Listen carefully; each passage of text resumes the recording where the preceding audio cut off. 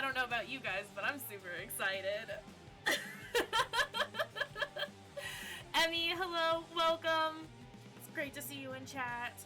Also, Arcade Kitten, thank you for popping in. It means a lot to me. I'm so excited to play more Cemetery Mary. Oh my god. But yeah, how's everyone doing tonight? How's it going? I told myself I was gonna, completely rearrange my stream setup today, and then I just didn't do it. Didn't do the thing at all. So that's a future Kayshurrr problem. Basically.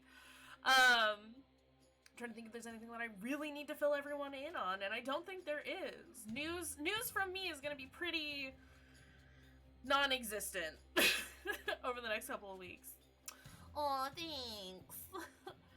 Surprise! It is Pan Visibility Day today, which I found out through all of my friends on Twitter.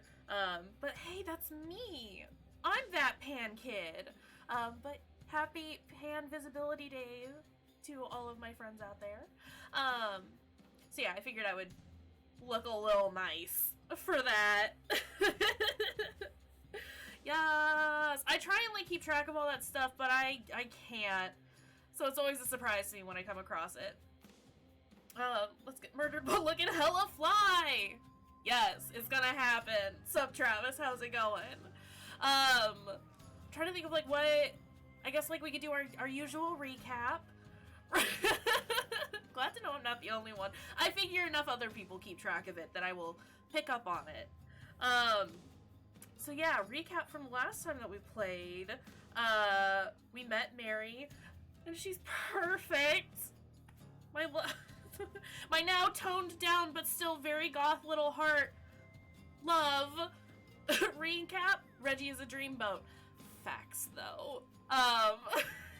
But we met Mary, got introduced to her whole shtick, went to live with her aunt and uncle, not biologically related, but it don't matter. They're still family.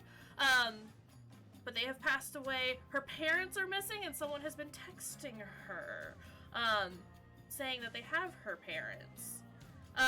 We've met Croven, Twyla, Reggie, and I don't remember the character's name, but their color scheme is blue and black, and they were hanging out with Croven that one time, and they were precious, and I need to know more about them. But yeah, Reggie makes coffins, and, and we were all freaking out about him. Love, love, love. I'm still not convinced that he's not the serial killer, but it's fine. Yeah, I'm super stoked, so I'm gonna just stop talking about it, and we're just gonna do it. Let's just do the thing. Hey game, give me back my cursor. Get out of here, Spotify. Let's do this thing. Hey, I should probably, I should have set this up beforehand. Oh, that was fine. Vasilis, yes! That's their only appearance in this game, unfortunately, but I plan to have them be their own pro tag soon. Right! I do think I remember seeing, oh, what was it? Is it for Blackwood Hospital that you're planning on having Vasilis show up in? I know I've seen some of their art pop up on your Twitter every once in a while. Fruity, hello, welcome! Blackout Hospital, right, okay. Okay, cool! Perfect. I love them. I love their character. Okay, first off, hey y'all. Arcade Kitten, dev of Cemetery Mary and It's Not Me, It's My Basement, is in chat with us today. So that's wild and awesome and cool. Yeah, what was it? We played It's Not Me, It's My Basement during my, it was during the birthday stream, wasn't it? When we decided to do, a whole bunch of indie games while I got drunk. Which instantly, won all of us over. Yeah. I don't want to, put you on the spot too much. But honestly, your character designs, the stories that we've explored and explored, I guess. Words are hard. But the stories and the portions of the story for Cemetery Mary that we've experienced so far, I'm just in love with. And your art style is super fantastic, and yeah, it's great. Also, Wanderer, hello, welcome. Let me make sure that my sound is up. Let's go ahead and load. I also realized I, like, saved over the choice of, like, who to hang out with. We can get there sometime. One of the best parts about being a game dev is being able to meet so many wonderful people through it. Oh, like me. I can imagine, though. I've definitely, like, since I started streaming, like, I haven't met too many folks thus far as like, game devs or whatever, but I've met a ton of, like, other streamers or content creators, and it's been really, really exciting. So I can only imagine, like, having people, like, experience, like, the work that you have put out into the world and just how much that, like, it means to have it, like, mean something for them as well. Also, Steven, hello. Work buddies. Just making sure I'm all caught up on chat, and I am. So yeah, let's go ahead and get into it. I think at this point we're gonna hang out with Reggie as much as possible, because sweet coffin baby. But yeah. Seeing people play is my most favorite thing. I've been looking forward to this all day. I'm so excited. Ah! So I love that. I'm here for it. Yeah, no, I get excited about most of the games that we play on stream anyway, but I've been really, really stoked about this one, and I'm ready to get back into it. So let's do it. It's not a great segue, but hey, whatever. Reginald and I went to find somewhere to eat on his lunch break. Even though I hadn't known him long, he was treating me as if we were always friends. Also, I've messed around with the volume a little bit. There's no sound at the moment, which is fine, but just preemptive apologies if I blast everyone's eardrums off. It was a strange feeling, but I can't say it was one that was unwelcomed. He talked so casually, without pauses or hesitance in his voice. I couldn't understand why. It just felt so bizarre. I hope I can catch more streams in the future, too, of all different kinds of games. Personality so fun, and the environment you curate is fun. Thank you! That's like... We're not actually ever getting to this game, sorry. We've just roped you in here to hang out with us today. No, that's all I strive for. As an LGBTQ folk person, who really enjoys horror games specifically, it's rough to find somebody who, like, gets as passionate as I do about it. And so, but I also understand that horror is not for everyone in regards to, like, actively playing it, but having that, like, barrier of someone else playing it and experiencing it so that you can watch it as well is something that I can do, and I'm here for that. Don't apologize for distracting, though. It happens. I get distracted very easily. Nobody tell them about the puns or the rhyming slang. Or do. I recommend, because there's a lot of people here today. We have updated, I think most of you have seen it, but we have updated a lot of the channel redemption points as well. So keep that in mind. But yeah. So it just felt so bizarre. And not even in a bad way. Maybe I'm still not used to making friends. That's a mood! But I was glad I had a chance now with someone who... Before we could decide on anywhere to go, Reginald received a phone call. It was a client of his. He looked at me apologetically and told me he had to leave right away. I told him it was alright, and we parted ways. After he left, I headed back to the cemetery. I didn't see anyone else there the rest of the day. I never know if that's a good thing anymore. When I got home that night, I did my usual routine. And to finish it off, I plopped on my bed and took out my phone, just like usual.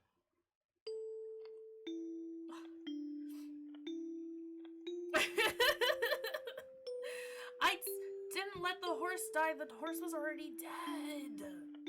I'm sorry that every horror game we've been playing recently has bees and horses. It's not my fault. Hi. Hello. Can we talk about that thing you said the other night? I haven't been able to stop thinking about it ever since you said it. What's bothering you? You said that you were coming for me. That you just needed more time? Are you really gonna steal me too? It'll be alright. I promise. Yikes. It's for the best.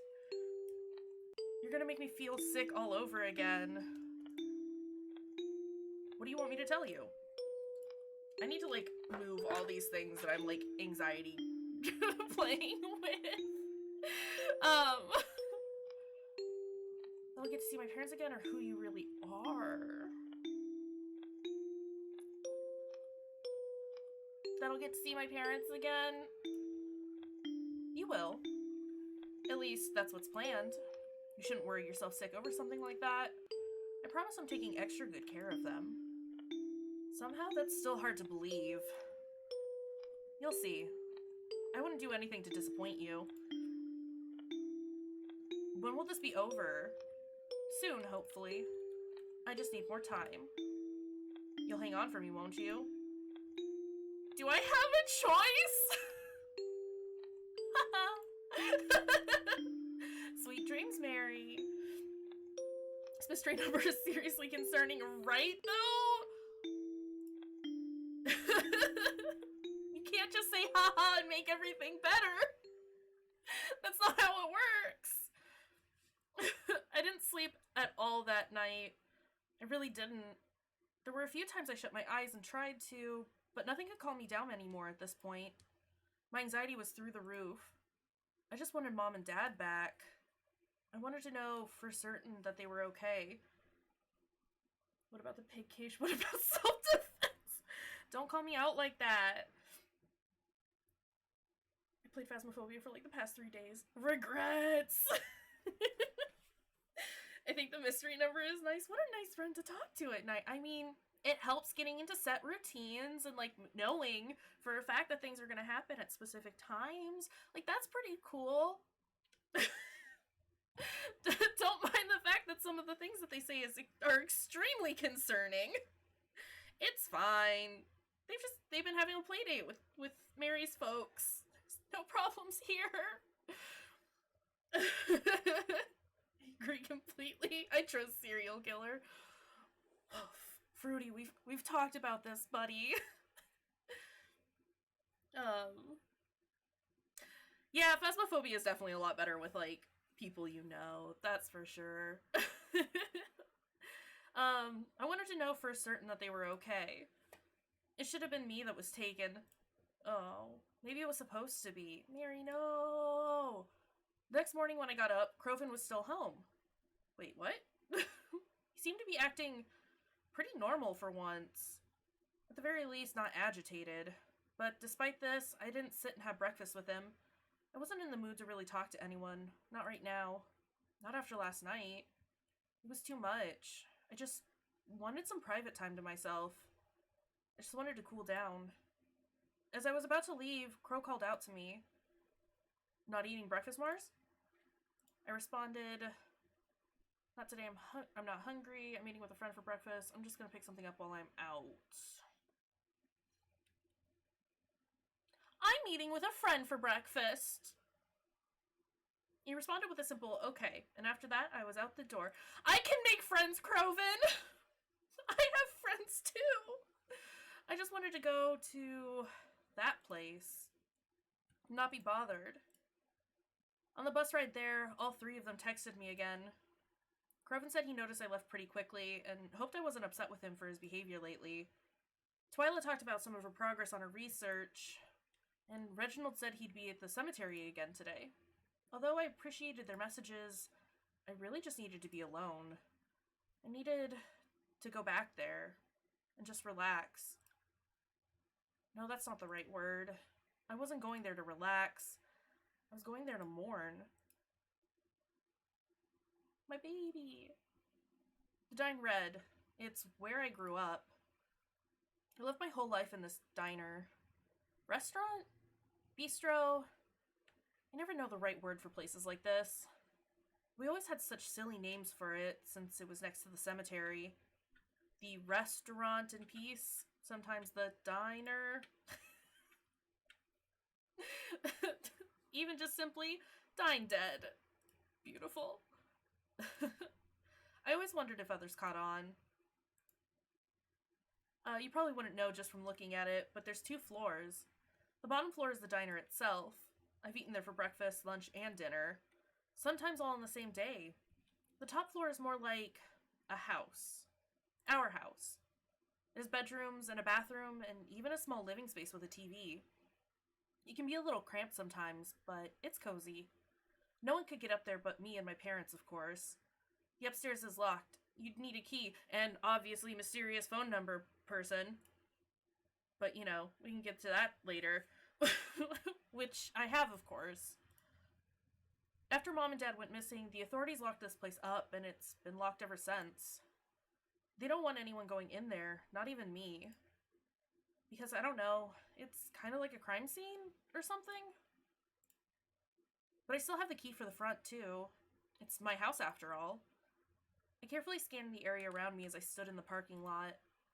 There were a few cars that passed by, and maybe a person or two on the sidewalk, but no one really seemed to pay me any mind.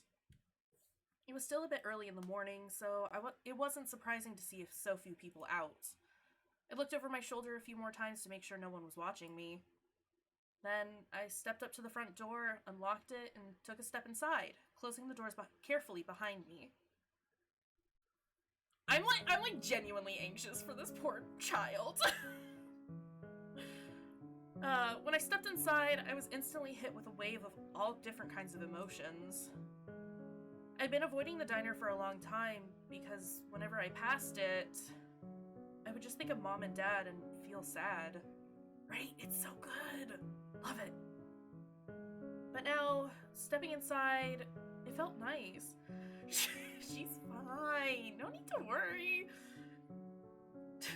Worrying intensifies. At least a little bit. Just being able to be in my own house after so long, it was bittersweet. On one hand, I felt so happy to just be home. Everything was just as I had left it. The light still entered in through the windows the same way it always did. It still smelled faintly of delicious food, even though the kitchen hasn't been used in a while. Even Mom's special board was in the same spot, but it felt so empty. So desolate, so abandoned. There wasn't even any electricity here. Being frozen in time can have its own weird feeling, right? Oof. This place was hardly ever empty. We always had customers, and the diner always did well. There was hardly a moment where I'd come downstairs and only see Mom or Dad. There was always people, even if it was just one person, or even if just one person was here. The counter would be full of coffee drinkers at night and in the mornings. I'd see families come by for dinner, or people out on dates come here. I always loved being able to see that. There were so many good memories in this place. And now it's just stagnant. Like... What do we want to hear about?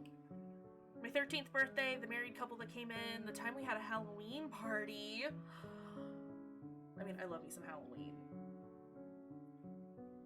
But do we have any strong feelings? Fruity immediately is like, Halloween. Alright, so that's 2 for Halloween.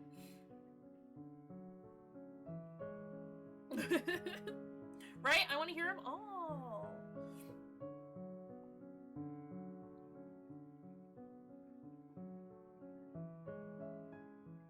I do like this music though.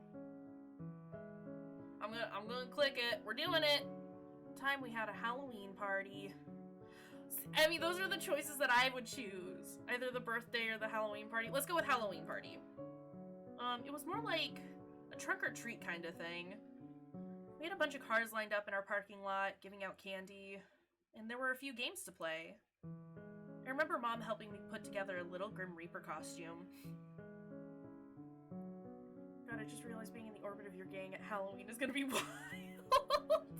I'm trying to think of what we did this last Halloween. I think we did a 6-hour stream, and I dressed up at least, and we played, yeah, Silent Hill The Room!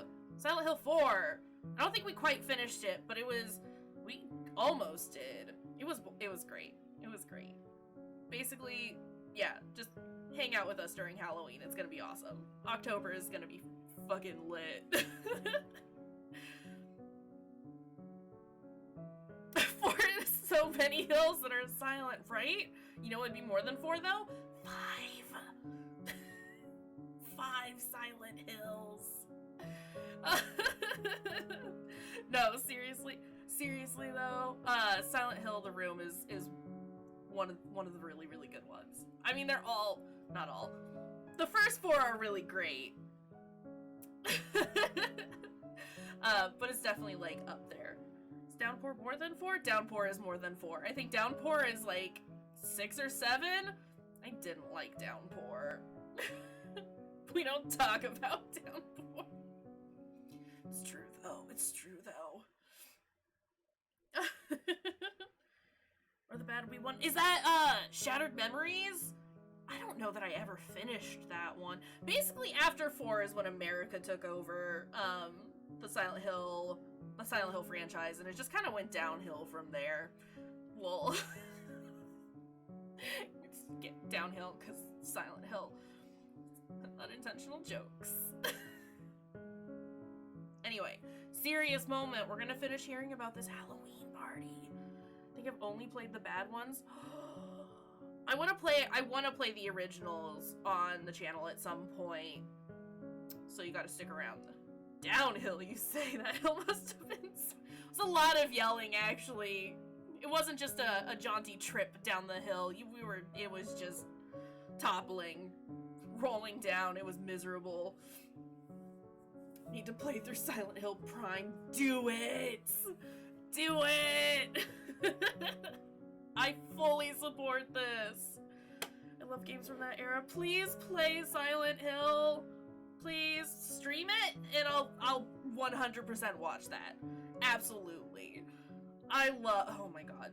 The original Silent Hill is probably my all-time favorite. With 4 and 3 being like a close second. Yeah, you could stream Silent Hill. Hey, Fruity, you should stream Silent Hill. That's my 2 cents on that. Do it. Make it happen. Please and thank you. Please and thank you.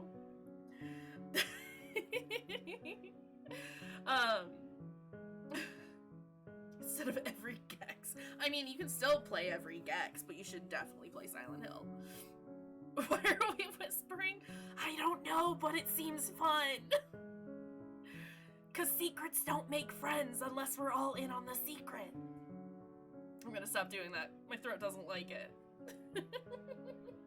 Don't whisper, whisper, whisper. That's too much whispering. Anyway, I remember Mom helping me put together a little Grim Reaper costume.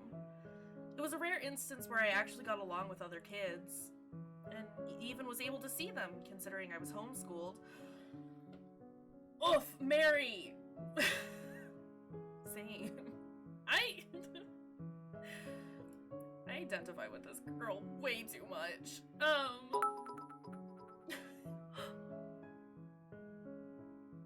Kimmerold, why are you so broken?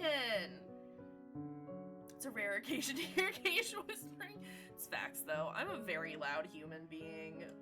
My apologies. But seriously, why is Kimmerold broken? This makes me extremely sad. I mean, yeah, at least it isn't just you, Emmy, but I still don't understand. I'm gonna replay it. Let's see if it works.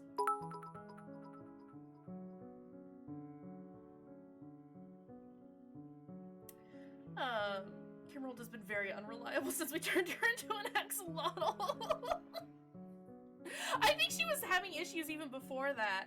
But Reggie broke it, that loser. Reggie, why would he do this to us? Can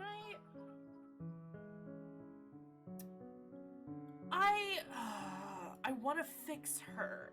I want her to be fixed. But I don't want to spend like a ton of time on it. Hold on a second. Let me... text to speech. Kimworld seems to only work for mod moves. Facts, though. She got the nice touch.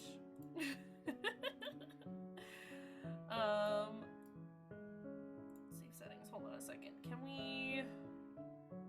Those were all bits, weren't they? Also, Steven, thank you for the 100 biddies. I super appreciate it. I was just very upset that you didn't get your message. Kimworld. Open text to speech, please.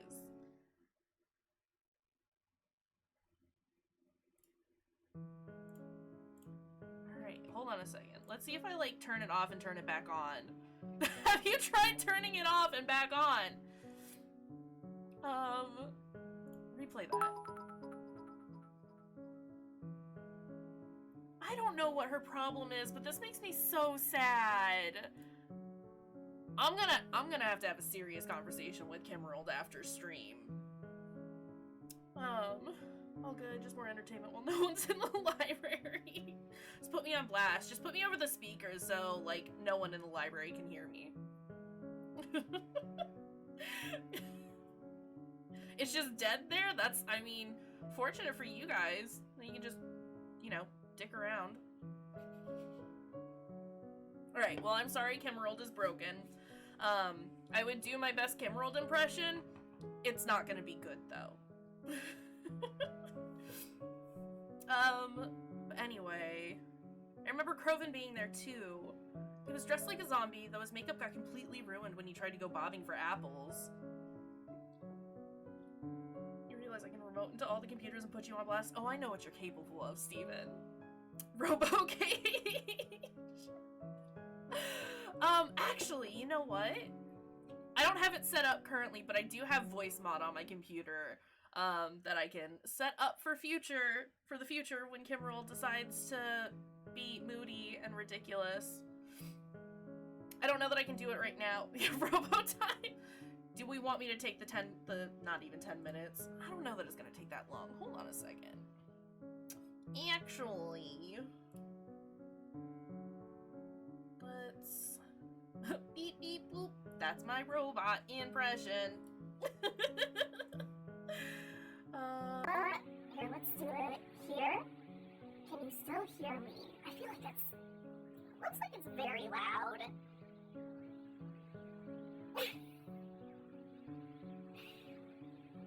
Is it perfect?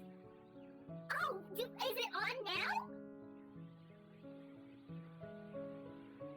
Oh, no! Oh, no! I'm so sorry!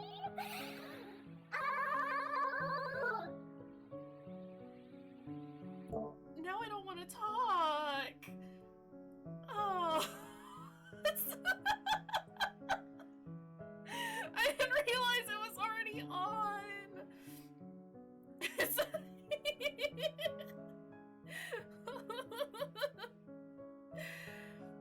I know I have to read for Kimworld, but I have to find the right voice. I don't like that one. Hi, Devo. Yeah? I wonder how you would sound with the voice changer. Come here, Devo. Come here. Cry! Cry for me! No? Okay. Well.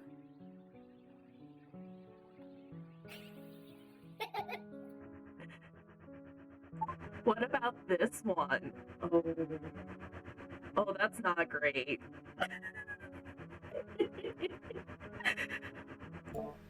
Devo is the sweetest boy. Here is our little guy. Say hi, Devo. No, only purrs.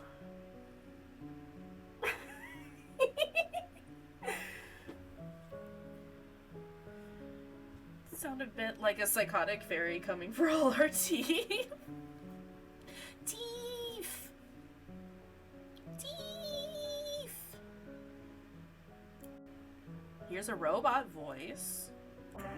How about this one? Where did those things go?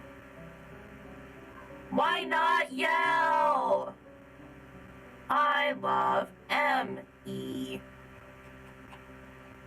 Alright, there you go. We did the thing.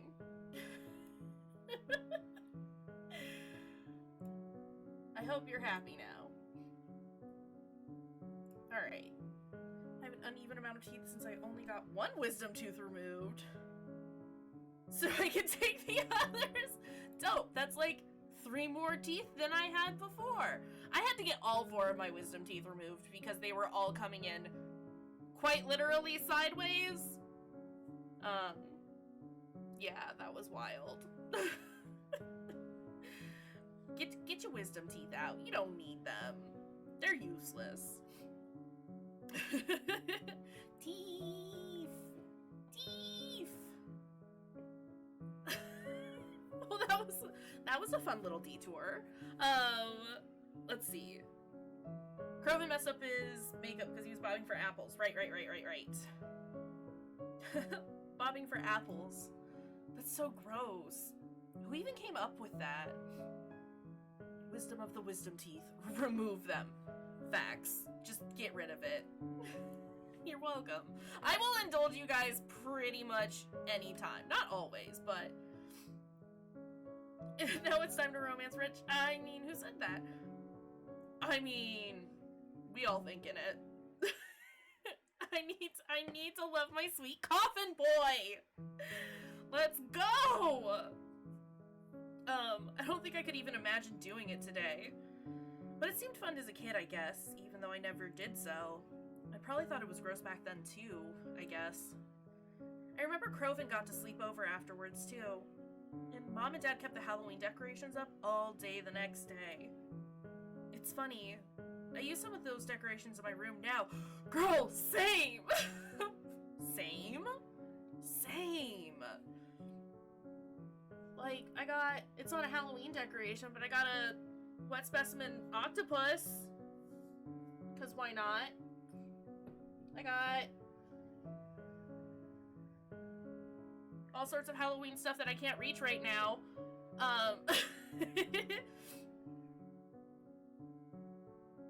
When Halloween stuff goes on sale so you can decorate. Right though. That's one of my favorite parts about November, is that all the Halloween stuff is on sale. And then boom, I got house decorations.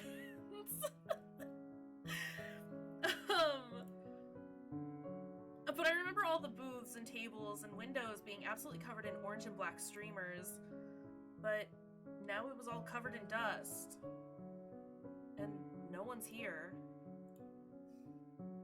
Where should I go? Oof.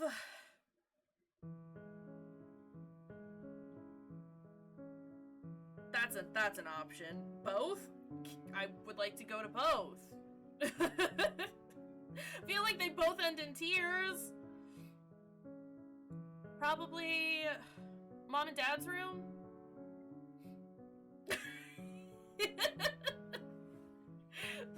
Sly smiles. Let's go to Mom and Dad's room. Excuse me while I wipe my nose. I got Devo fur all over my face now. I decided to walk up to my parents' room. I just missed them so much, I couldn't bring myself not to. Allie, welcome! You're so sweaty, but your lawn is mowed. But I get a cold beer after mowing the lawn. I am proud of you for doing the adult thing and getting it done in a fairly timely fashion. You rock. You enjoy that beer. Also, thank you for the clip, Emmy.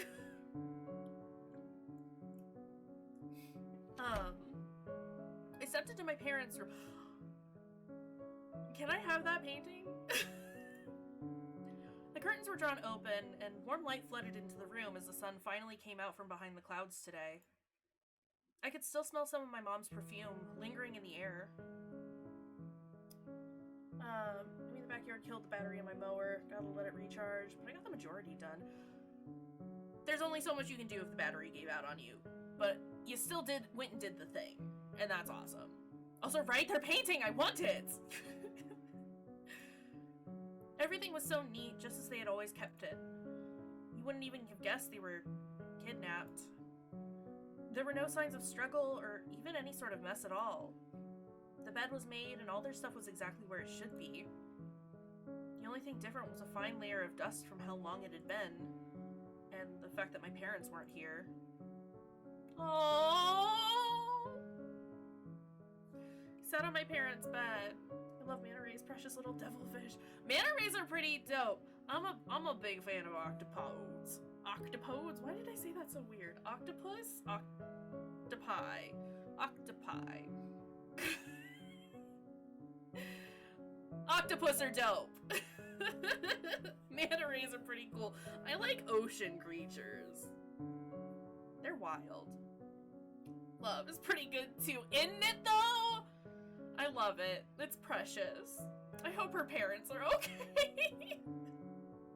They seem like cool folk. Mary is based on them. Her name is an anagram for manta ray, and I will tell that to everyone I come across. That's dope, and I can absolutely see it, and I love it, and that just makes me love her even more. And I just want to give her a big ol' hug. Look, she needs a hug right now. It was always softer than mine. I remember sleeping here as a little girl when I didn't feel quite big enough to sleep in my own bed just yet. Mom would help me build pillow forts here sometimes, and would hang up a sign that said no boys allowed. It didn't take long for me to start crying. I knew it. I missed my mom and dad. I never even got the chance to say goodbye to them. The last message I got from them was my mom telling me she hoped I would sleep well that night. And then the next day, they were gone. Just like that. What do I do now? Kitty cat over there. What if they never come back? What if I already saw them for the last time?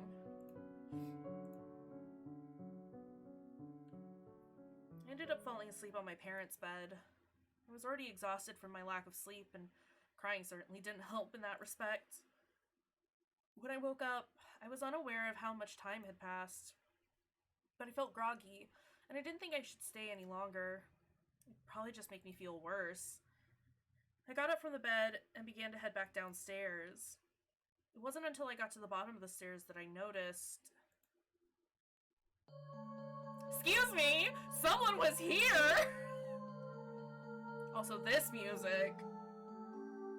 Oh, Mary's face! Some stranger kneeling over in front of the doorway for whatever reason. Probably. I was almost frozen in my spot. Who were they? Who is them? Why were they here? No one should have been able to get in. This place was locked up. No one should have... That's my friend, the Shadow Monster. Are they hungry? Should we, like, make them some food? That's right. I unlocked it. Oh, we're an idiot! We didn't lock it back up! Oh, no. Crap! I stood there hoping they wouldn't see me. Mary, you are kind of just out in the open.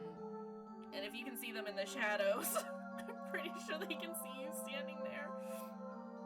The way they were dressed, with baggy dark clothes and their hood up, told me they were most likely bad news. Did they follow me in here? I wasn't sure what to do. I thought about trying to escape out the back way or sneakily heading back upstairs if need be, but as soon as I took a step back, I tripped slightly and let out a small yelp as I caught myself on one of the bar stools. Lay on the floor like her Just get real low and real flat. Maybe wiggle around to bury yourself under the linoleum a little bit. Fruity, no!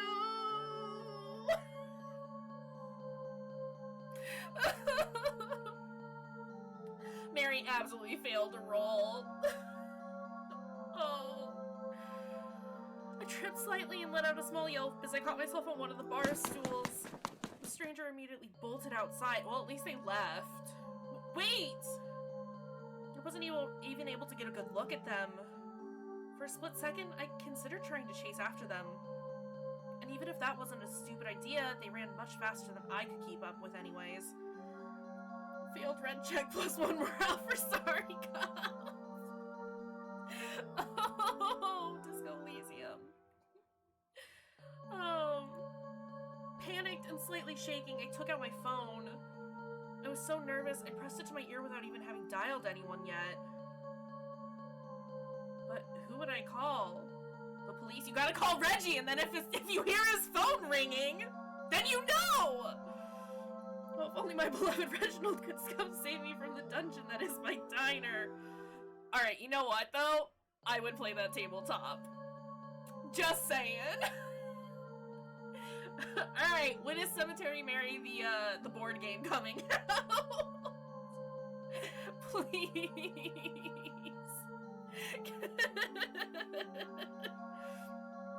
Is Reginald not the serial killer? We haven't figured it out just yet.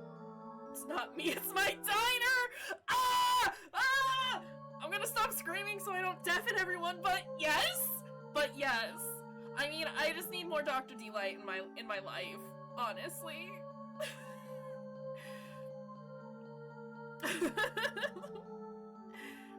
Because he's definitely a serial killer. Reginald's a serial killer. Just don't know if he's the serial killer. I mean, my serial killer, radar was going off big time with Reggie. I'm fine with it. Alright, the police? No, I can't do that. I was already in here when I wasn't supposed to be, and I don't want to put any kind of attention on myself.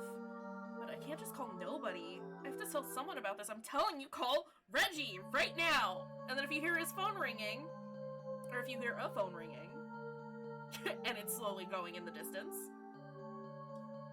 problem solved. As happy nightmares of Mr. Dr. Delight. What a delightful little creature. Who do I go to? Call Reginald, he's close by. Call Twyla, could have been the killer. Call Croven, he's family, he'll know what to do. Call mystery number. Was that you? Sorry. I mean, I want to call Reggie. I guess for me it's tied between Reggie and Croven. Croven only because, like, that makes sense. Like, he's family. He should probably know that all this scary shit's going on. But also Reggie because I want to hear that phone ring.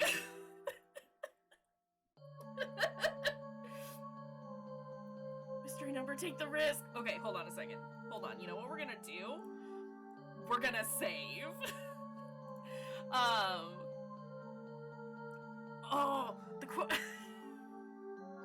Now the question is, do we stick with a choice and play it out and see what happens, or do we immediately come back and try all the options?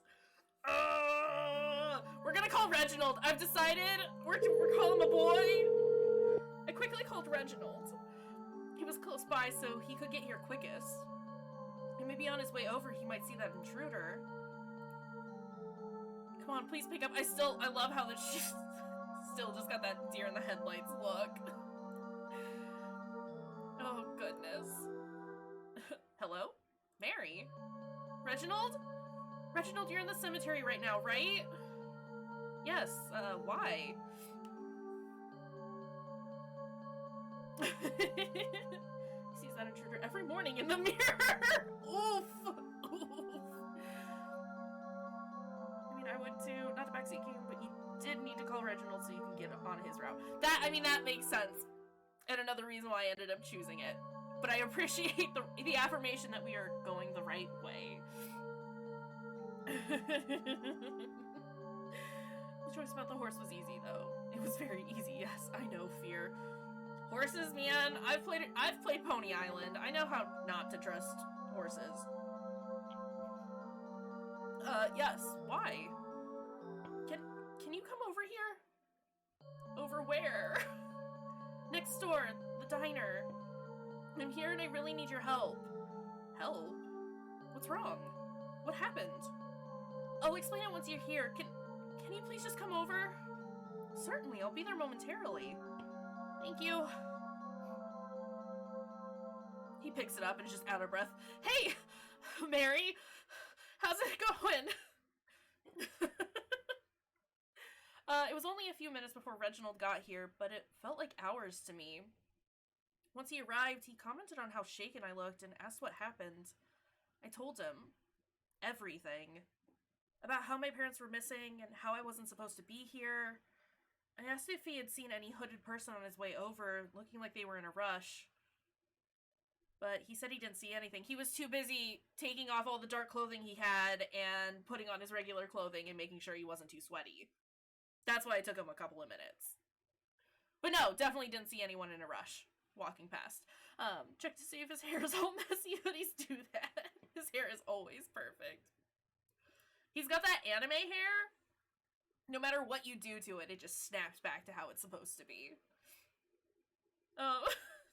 He wasn't really sure what he could do to help, but he offered to look around with me and we could see if they left anything behind. You know, to pick up evidence. Get rid of evidence. Thought that sounded like a good idea at the time. It made the most sense in my head. Reggie is just my perfect anime dream boy. Okay, but who was phone? I make that joke way too often. Thank you, Travis, for validating one of my terrible, deep-cut creepypasta jokes. I appreciate it. We started in the dining area and slowly worked our way upstairs.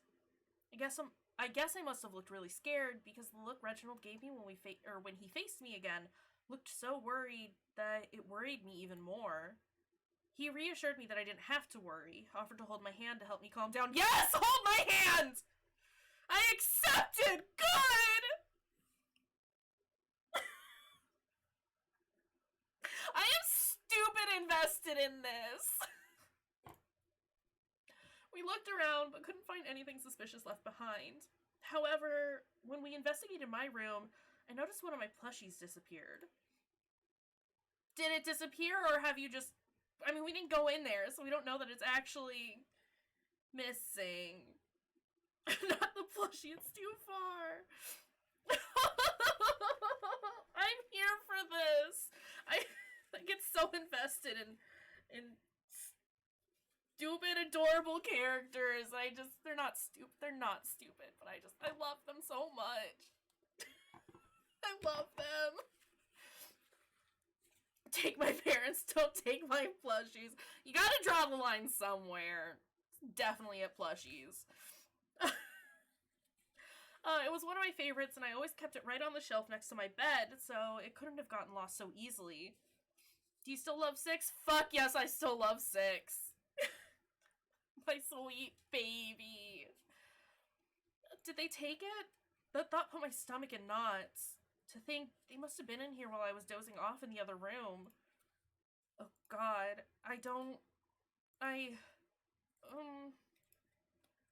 Eventually we gave up on looking.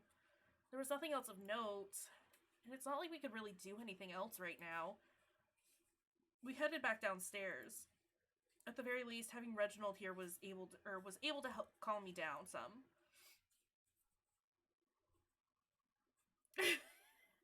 I'm glad Reggie offered because yes, please exist with me and hold my hand. Right. Oh my god, there he is. There's our boy. 6 betrayed you though. Yeah, but I get where they were coming from. I get it. I still love him. Right? Everything is fine. Alright. We gotta calm down for a second. Gorgeous man never does anything wrong. He's perfect! Perfect. Absolutely perfect. Alright. Mary, I'm very sorry I wasn't able to help you as much as you would have liked. What? No, don't say that. You helped me a lot. I'm very glad you came and held my hand. Really, I feel a lot better. Really? You're sure? Yes, thank you. I'm sorry I scared you by breaking in, but I can make it better by holding your hand after. Please? Please. Please? Hand Gib! Yes, thank you. Well, I'm glad I was able to help in at least one regard. You know, I was wondering why this place had closed down so suddenly. You know why. I had no idea it was because its owners went missing.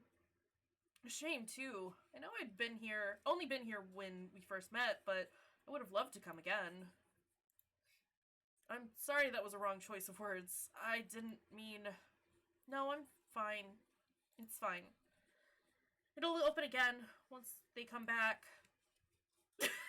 Reginald over here being like, oh, honey, they not coming back. Oh, darling. Oh, sweet baby. Well, for your safety then, can you please not come in here until they get back? I don't know who was in here earlier, but there's a possibility they might come back.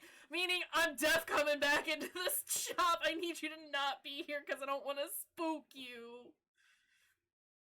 They could be dangerous, right? And what if you got hurt? What if they held your hand? Sorry, I'm filling in the blanks now and I should stop. You have to look out for yourself, Mary. I'm sure you miss your parents dearly, but they wouldn't want you putting yourself in danger now, would they?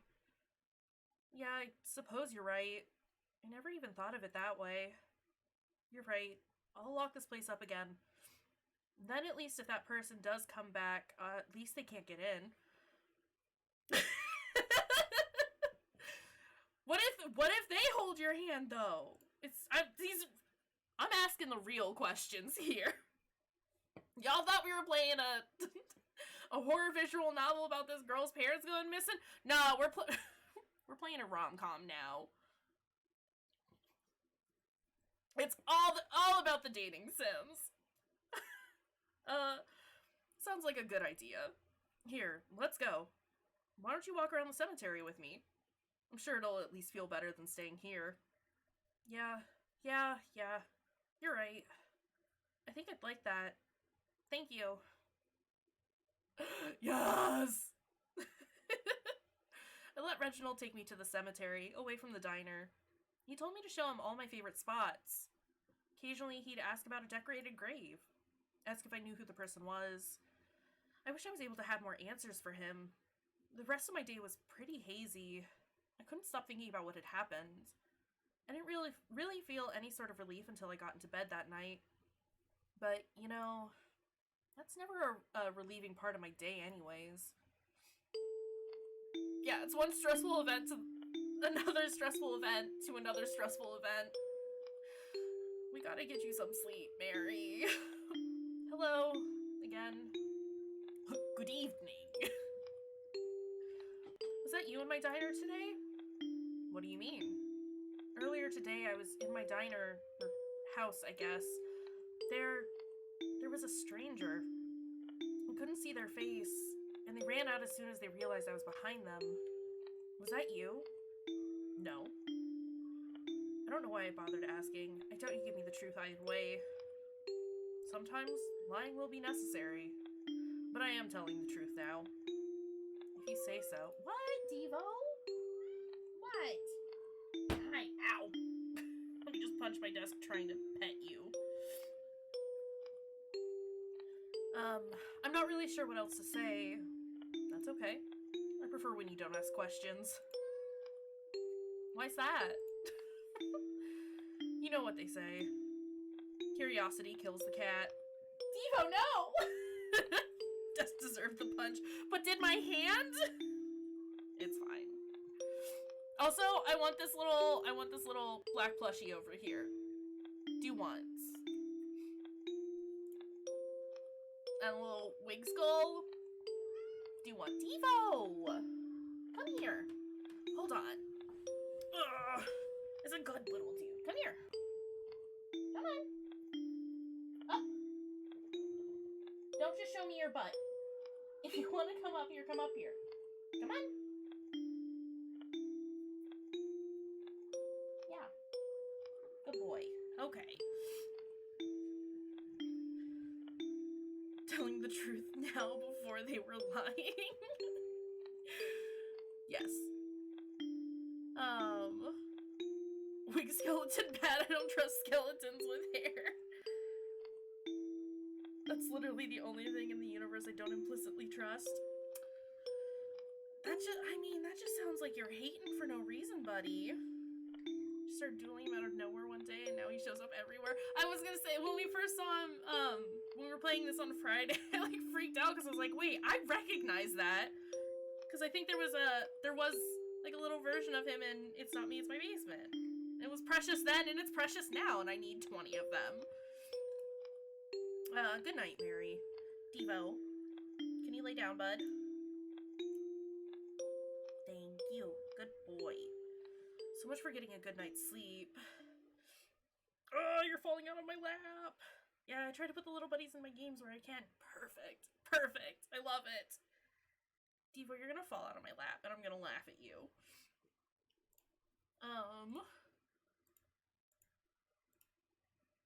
Mary, are you still sleeping? Mary!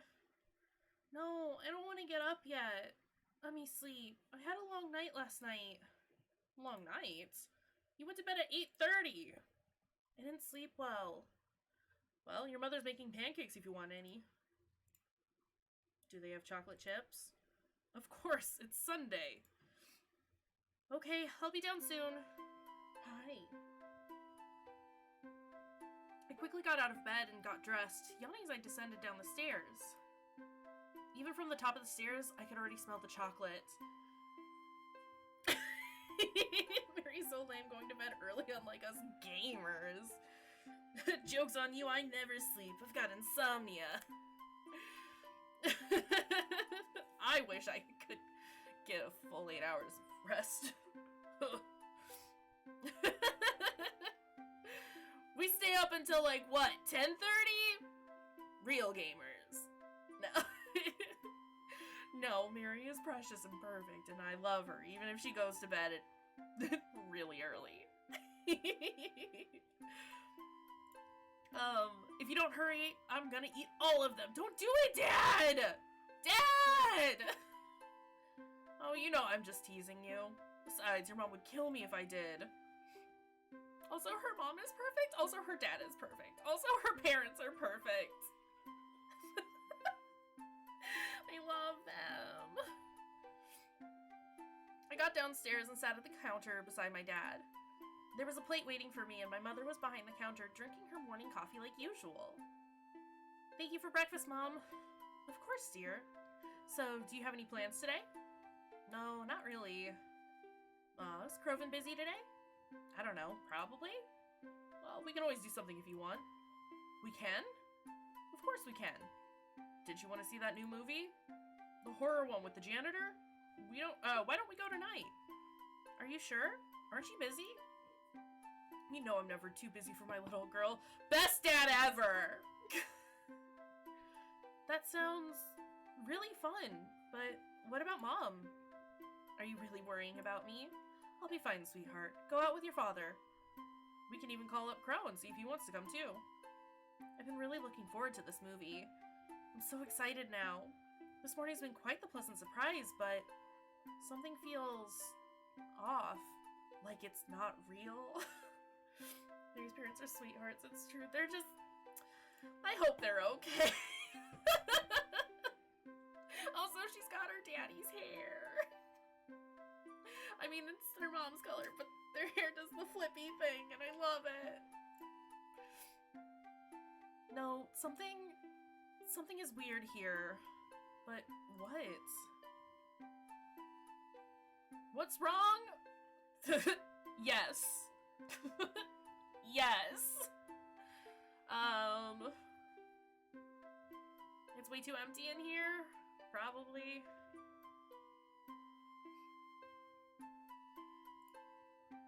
No, that's not it. It's Sunday. We don't open until past noon on Sundays, because Mom likes us to all have a nice breakfast together. It's still morning, so... Okay, cool. I can choose different options. I really hate coffee, but Mom's always loved hers black. It's no different today.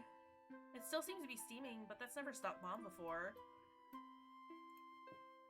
Dad's fine. He's as chipper as ever, and he brushed his hair this morning, too. Good old Dad.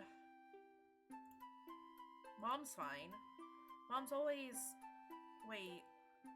Mom? Mom can't talk. Mom is mute. Mom's never been able to talk her whole life. I had to learn sign language as a kid to be able to communicate with her. That's precious and adorable, but also just makes this whole exchange terrifying. She's never... Whose voice even was that was talking to me? My mom doesn't have a voice. What's going on? It's Reggie. It's Reginald dressed up as her mother. Sorry. Mary, you okay, hun? You look like you've seen a ghost. I'm fine. Are you sure, dear? I could make you some tea to help you calm down if you're feeling anxious. No, I'm okay. I think I'm just gonna, go to the bathroom. I hopped out my seat and rushed my way over to the ground floor bathroom. That wasn't my mom. Was that even my dad? I was hoping that once in the bathroom I could rinse my face off and make sense of things, but...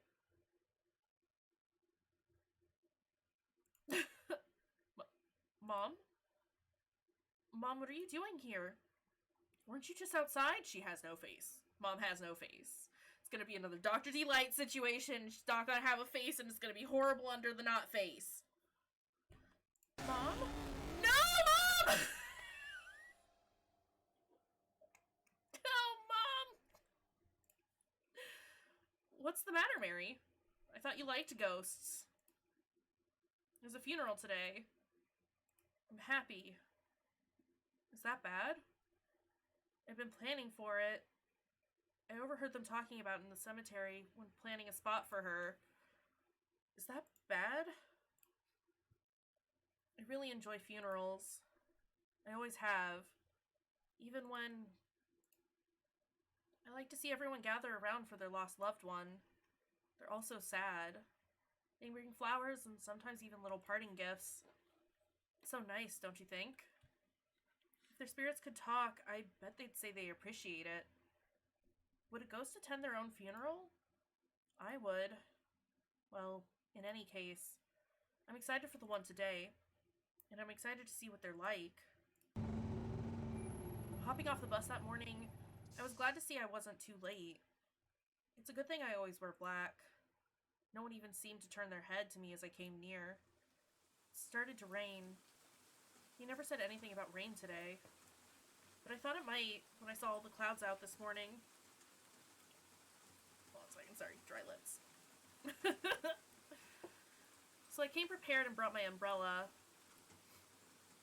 It was then that I noticed a little old lady with no umbrella, and no one was even bothering to help keep her dry. So I covered her with my umbrella. Oh, she's precious. I like her little hats.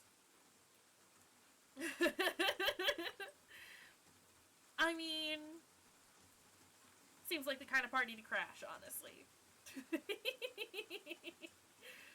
Oh, it's an umbrella. You scared me for a second.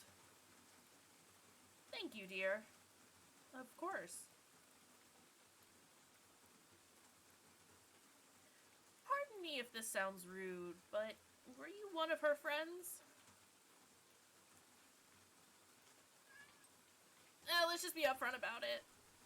No, at least I don't think so. Who died? Jag! How's it going? Hello, welcome. Oh, well, it was my darling, Minspella. She passed just last week. My condolences. Forgive me if this sounds rude, but what is your relationship to her? Missed my stream? Aww, well, we're pretty much always here, man. It's always great to have you pop in, though. Glad to have you here. Love giving my OCs that don't, OCs names that don't make any sense. I mean, I'm here for it. I just have to stop and be like, wait, is this how we say it? What even is a Croven? A Ven that's a crow? No, Croven is precious sweet emo boy. That's what. A coven of crows. Oh, Fruity coming in with the save. I'm here for that. Me? Ah, yes. I'm Spella's mom. Stretch redemption from Jag. We can do that. Everyone in chat should also do a stretch and a shrimp check. Oh my gosh. Sit up straight. Make sure you're not slouching. Get your posture all good and going. Also, oh, yeah. Kayshurrr dictionary time. All right, hang on a second. Dictionary. I still haven't finished this at all, but hey, at least it's here. A Croven is a coven of crows.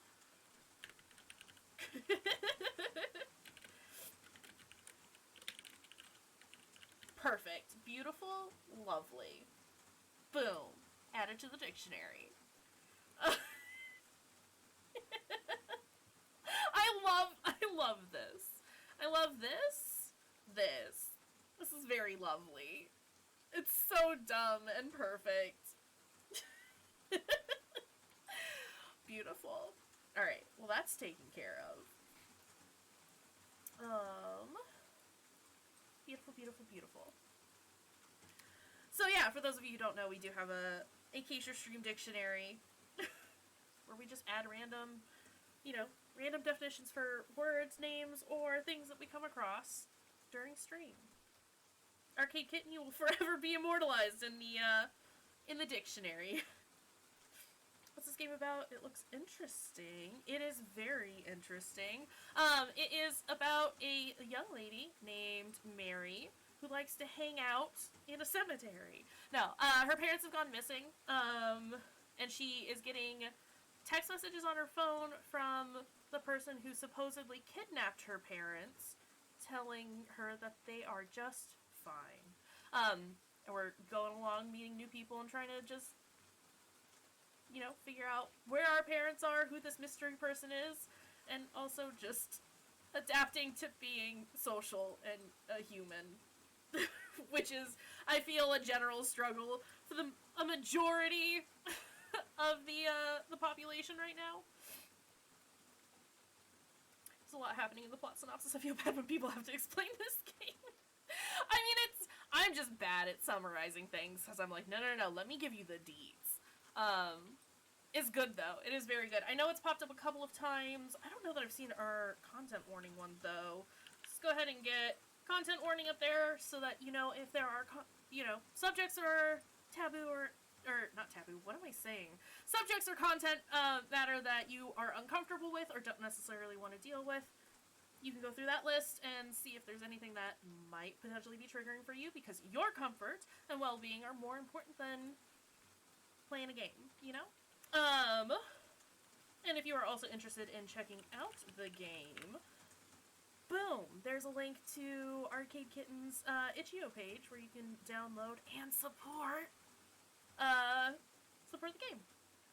Heyo. Did a good summary. I mean, I tried. Good to know that I have concisely summarized it, though. But yeah, I'm trying to figure out what's happening now. But to do that, let's just keep going on, I suppose. I'm Spella's mom. I never met you before, have I? That's okay, lots of people haven't. I'm very sorry for your loss. Even the art style is kind of cute. That's what I'm saying. We do have the dev in the chat today. There they are. Arcade Kitten is the one who created this particular game, and I would highly recommend checking out all of their other games as well. They're good stuff. But yeah, I think the art style is the thing that definitely drew me into It's Not Me, It's My Basement initially. Yeah, way. But yeah, let's carry on, shall we? How are you feeling? Feeling? It's impossible for me to feel anything but heartbroken. I truly don't believe I'll ever recover from this. Now, don't say that. She wouldn't want you to think like that, right? Yes, I suppose you're right. I know I've said it a bunch already tonight, but like, seriously, Arcade Kitten, like, you got some good stuff going here. This is awesome.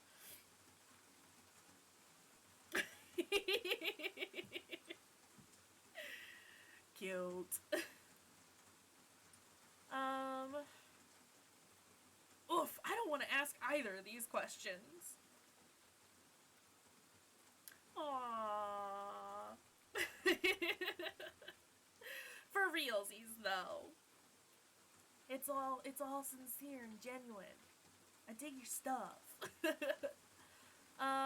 I may, how did she... Right? They're both super rough questions, and it's like...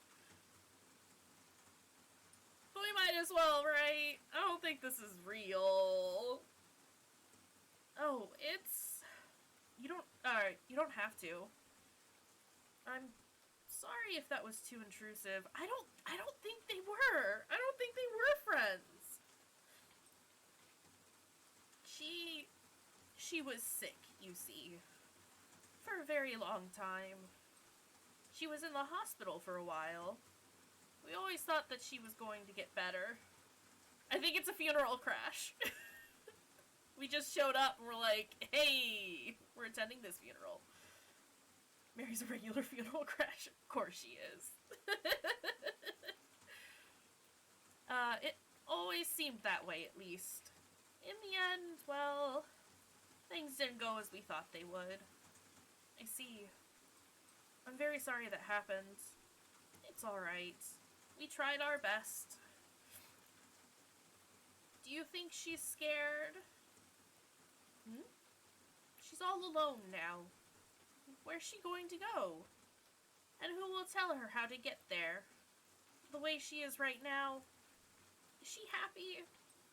Even if she's not.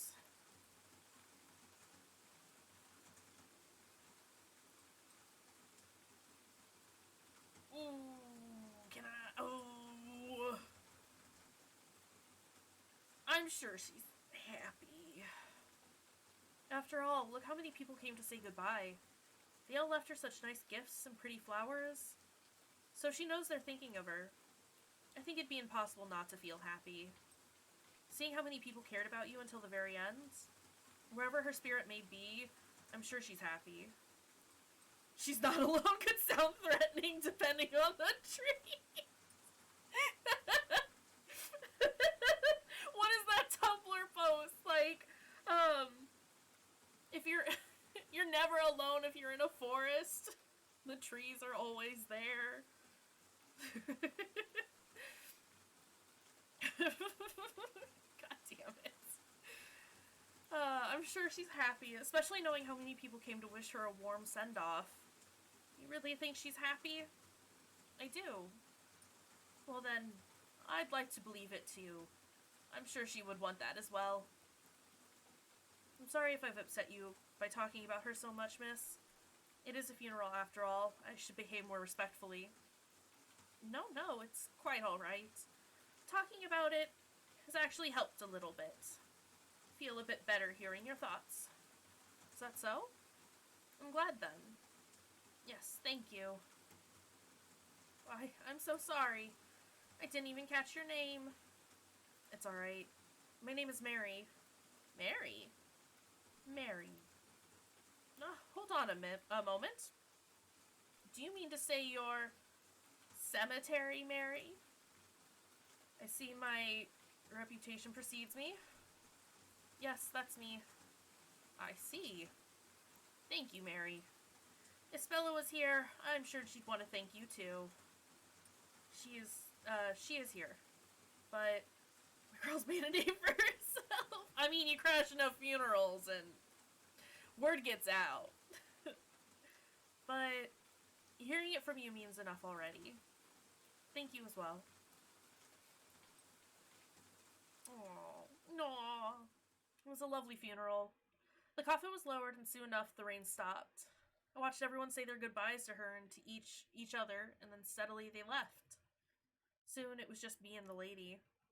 I'd have felt bad if I overstayed my welcome. I didn't want to outlast her at her own daughter's funeral, so I quietly said my goodbyes and left. But, to my surprise, someone was there waiting for me on the sidewalk. Is it Reggie? My boy! Yes! Reginald! What are you doing here? Oh, I just happened to be walking by when I noticed you in there. Is everything alright? Oh, yes. Alright, everyone, it's time to mentally date Reggie for the next 2 to 3 hours. Perfect. Oh, yes. Everything's fine. She wasn't, like, a family member or anything like that. That's a relief. It's always a sad thing, is it not? Yes, it is. It's okay. I know you don't see it that way.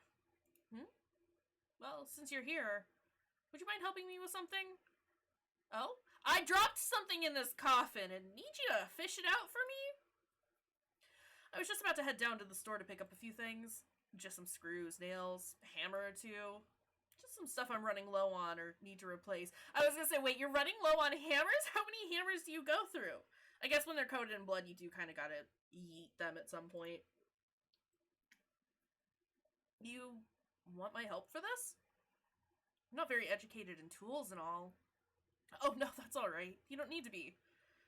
I just appreciate the company is all. But if you'd rather not... Oh, no. I mean, yeah, I can come. It's not like I have anything better to do. Lovely. Come with me. I hope you don't mind that we'll have to walk. I would have brought my car, but it was too nice of a day to pass up the chance to walk. In the rain? Rightly so. A little water never hurt anyone. That's what I'm saying, though! I love walking in the rain. It just makes Reggie even more perfect. Well, I guess you've got a point.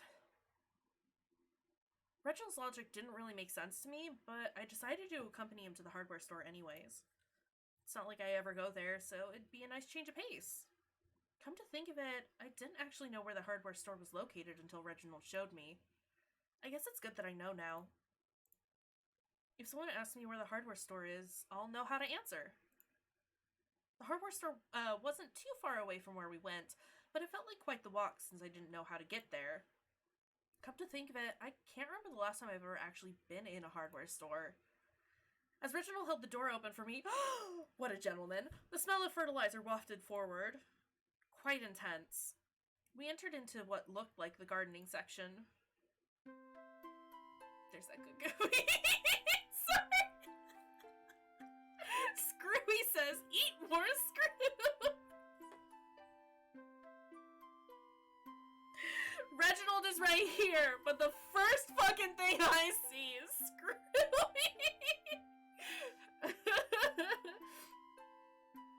He's the best Cemetery Mary character.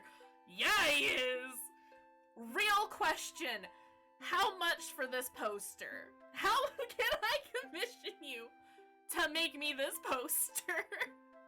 Because I need it in my life. I need it on my walls. I need it.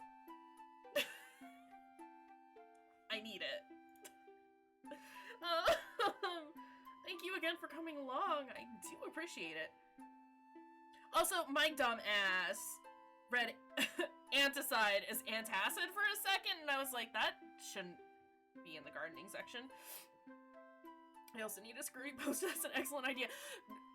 Legit, if you make this happen, I would throw money at that. I would give you my money. I would take my money. I need a screwy poster. I need it. I have a mighty need. Right? Cemetery Mary merch is required. This is necessary. Let me just put that out there. I got a whole chat of folks that would buy Cemetery Mary merch. It does, though. looks like Mary's wearing the watering pail as a hat in the scene. It do. She's got a little, nice little, let's just put this here. I love it. It's perfect. It's perfect. Now we can all see it and can never unsee it, right? Yep, it's a hat. I mean, she rocks it. Thank you for inviting me. It's nice to go somewhere different. Oh, what is it that you needed to get again? Oh, I've got a list in my pocket, actually. Hey, I thought he was gonna ask us to get it for him. And I was like, no, Reggie. No. Would you like to turn it into a game? Oh, how do you mean? I'll split the list in half. We'll each take half and look for the items on our own. And we'll come back here when we're finished. If you can get here before me, I'll reward you. Are you gonna hold my hand again? Reward me? I'll get a prize? Something like that. But you'll have to beat me first. Okay, I think I can do that. Maybe. Let's do it then. Watch as Reginald ripped his list in two and handed one half over to me. I don't know where anything in this store is. And we do favors in exchange. Just hold his hand. Yes. Yeah. Yeah. Yes. Yes. Yes. It's a small price to pay. I would go through 10 shopping lists just for the opportunity to touch this man's hand. Fair warning, though, I know the store like the back of my hand. That's what I'm saying, though. You've got an unfair advantage. 11 for the screwy poster. We need it. Let me hold Reggie's hand and also take the screwy poster. And it'll be great. Hey, I might still win. No, Mary, I think we're putting too much stock in our abilities right now. Oh no! Come back! I got too excited! After that, Reginald went on his own and left me with my share of the list. Oh, hiccups! I got too excited! Let's see here. Antifreeze, an axe, tape measure, rat poison. Well, that's not very nice. I'll mention that to him later. Oh, don't worry, Mary. It's for your parents. For now, I had to get the things on the list. After all, I now had a challenge to win, but I didn't anticipate how big this store was. It already looked big from the outside, but now that I was walking in it, it was huge and ominous. It was a weird feeling walking in here by myself, especially considering I don't really come to these places. Oh, Excuse me? Forget to save regularly? Excuse me? No. Now I'm spooked. I don't know what I was really expecting, but it was so empty. I didn't even see any workers around. Despite that, I kept hearing footsteps. Reginald is stalking you, my girl.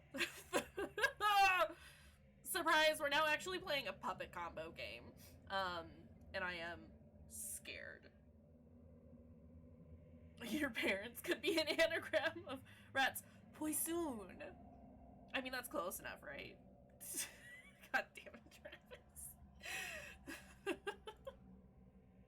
Reginald? I called out. No response. This is the game, actually, Mary. You look for the items, and you avoid getting beaten in the back of the head with a hammer by Reginald. And if we win, then we get to hold his hands. What am I doing? This place isn't scary. Are you sure? The music would have me believe otherwise. I'm just gonna get the things he asked me for. What was on that list? Wait, hey, where'd the list go? Just because there's a good and bad end for each route, and I'd love to see you get his good end, even if not tonight. So it's good to have points to jump back to, you know. No, that's valid. It just came in, I don't want to say a weird time. You know your game. I just panicked because it's like, wait, you mean I have to make a choice now? Why do you think we're not gonna do it good the first time? Fruity. Real gamers over here, you know. Don't give them false hope. We do it bad very often. Mostly because we fall head over heels for serial killers and don't realize that they're serial killers until it's too late. It's fine. Did I drop it somewhere? Oh shoot. That's okay. I'm pretty sure I remember what was on it. Most people I watch don't get the good ends the first time. It's a very nice feature and I love you for including that, right though? We'll lose 3 to 6 fingers at most. Does Mary have the fingers to spare? I don't know that I've ever seen her with fingers. I think she's always had the little round hands, but that could just be me, you know, ignoring fingers. I am still trying to get that bingo card set up for y'all. Like I said, if people have suggestions for what goes on the bingo card, give them. Mitten hands, yes! Hands come pre-mangled. No, that's only if you're Ethan from Resident Evil. I'll just get those things and find my way back to the front. I just have to get antifreeze. I picked up a gallon of antifreeze. Should I get this blue one? Or wait, maybe he wants the green one. Maybe I'll ask him later. An axe. Picked up an axe. Is this the right kind? I mean, he's using it for wood, right? So this should be good. Any axe will do. You swing it hard enough, it'll go through bone. Don't worry. What else would you use an axe for? Femurs. For breaking femurs. It's heavy. Rat poison and measuring tape, right? Picked up a bottle of rat poison.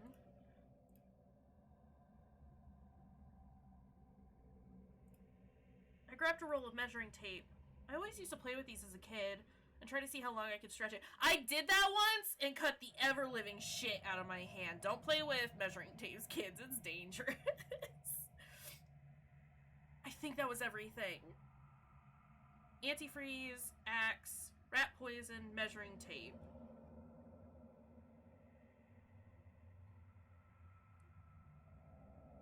Play with measuring tape, kids. Crosses off hand damage on bingo card. I got us there. I think it was just the 4. Picked up what I thought he'd need and decided to just head back towards the counter. After all, if I took too long, I would lose the race. At least I knew my way back. At the very least, I got back to the meeting spot before Reginald did. I only had to wait for about a minute before he showed up. Oh, I see you made it back before me. Well done. Well, do you have everything? Yes, here you are. Oh, you did get it all. Just the brands I like too. I got the memory of a god! Only for now, I remember weird shit. Perfect. Yay! We did it. And it's the brands Reggie likes. So do I get to hold both your hands? You haven't been spying on me, have you? Sir. After making sure Reginald had everything he needed, he and I headed up to the front counter to pay for it all. Oh, look at them! Sorry, they're so cute. Why were they so cute?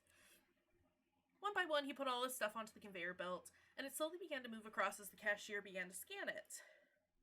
Got quite a bit of stuff, Reginald. Art good, art so good, right? Right? I love it. Love. I feel bad. Oh, why's that? Well, you don't have a car with you, and now you gotta carry these bags back home. Would you want me to help you? Oh, don't worry your silly little head about that. Pulling my head silly? You guys are... not that we're too kind. It's that your art is very good. I've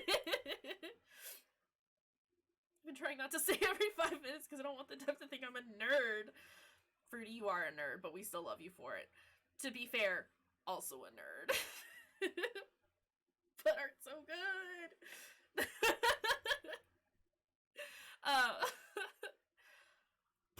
Alright. We might also just be super nice.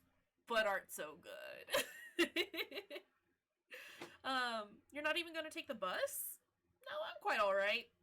He has to lift coffins all the time. I'm sure it's fine, Mary. He's may not be a big beefy boy, but he's a big beefy boy. It's fine. Reginald, can I ask you something? Yes, of course. Is everything alright? I noticed you bought an axe. Noticed you bought rat poison. Oh, your parents must be close. Oof. Not a long journey. Oh. Oh no. Come to find out they've been in the cemetery this whole time. Reginald, can I ask you something? Will you marry me? Right though. Reggie, let's go. Hey, I just met you, and this is crazy. But here's my handy. So, marry me? Yes, it's unfortunate, but my apartment has been having a bit of a rodent problem lately. And of course, landlord won't take care of it, so somebody has to do something. Does that upset you? Well, I don't know. I wish you'd use a more humane way to get rid of them. Right, I see. Don't tell him! I am convinced that the rodent problem is Mary's parents. In that case, I won't buy it anymore. Well, after this time, I suppose. Really? Thanks. It makes me feel better. Hey, do you want anything? They've got a shelf over there with some candy. What do I look like, 5? Is there chocolate over there, though? Because that'd be cool. Chocolate bar! Sorry. I don't mind buying you a chocolate bar if you want one. Yes, do. Yes, do. Oh, no, that's alright. You don't have to. Are you sure? I mean, is that supposed to be my prize for winning the race? No, no. I'm still thinking about what your prize should be. Hand! Give! Sir! Or let me pet your hair. One or the other. Mary loves chocolate? A woman of culture, I see. But since we're here anyways, might as well, right? Consider it a thank you for spending time with me today. Hand give, sir. Are you really sure? Of course I am. It's just a candy bar. It's not a big deal. In that case, thank you. Right? Hair pets! Either hold my hand or let me touch your hair. Because I bet it's super soft and silky. Head pats. Hair pets and head pats. Just, yes. Yes. Reginald bought me a chocolate bar. It made me very happy. I made sure to thank him for it, even though he insisted it was thanks to me. He wouldn't reach his head, too much density, but you could still try and pat.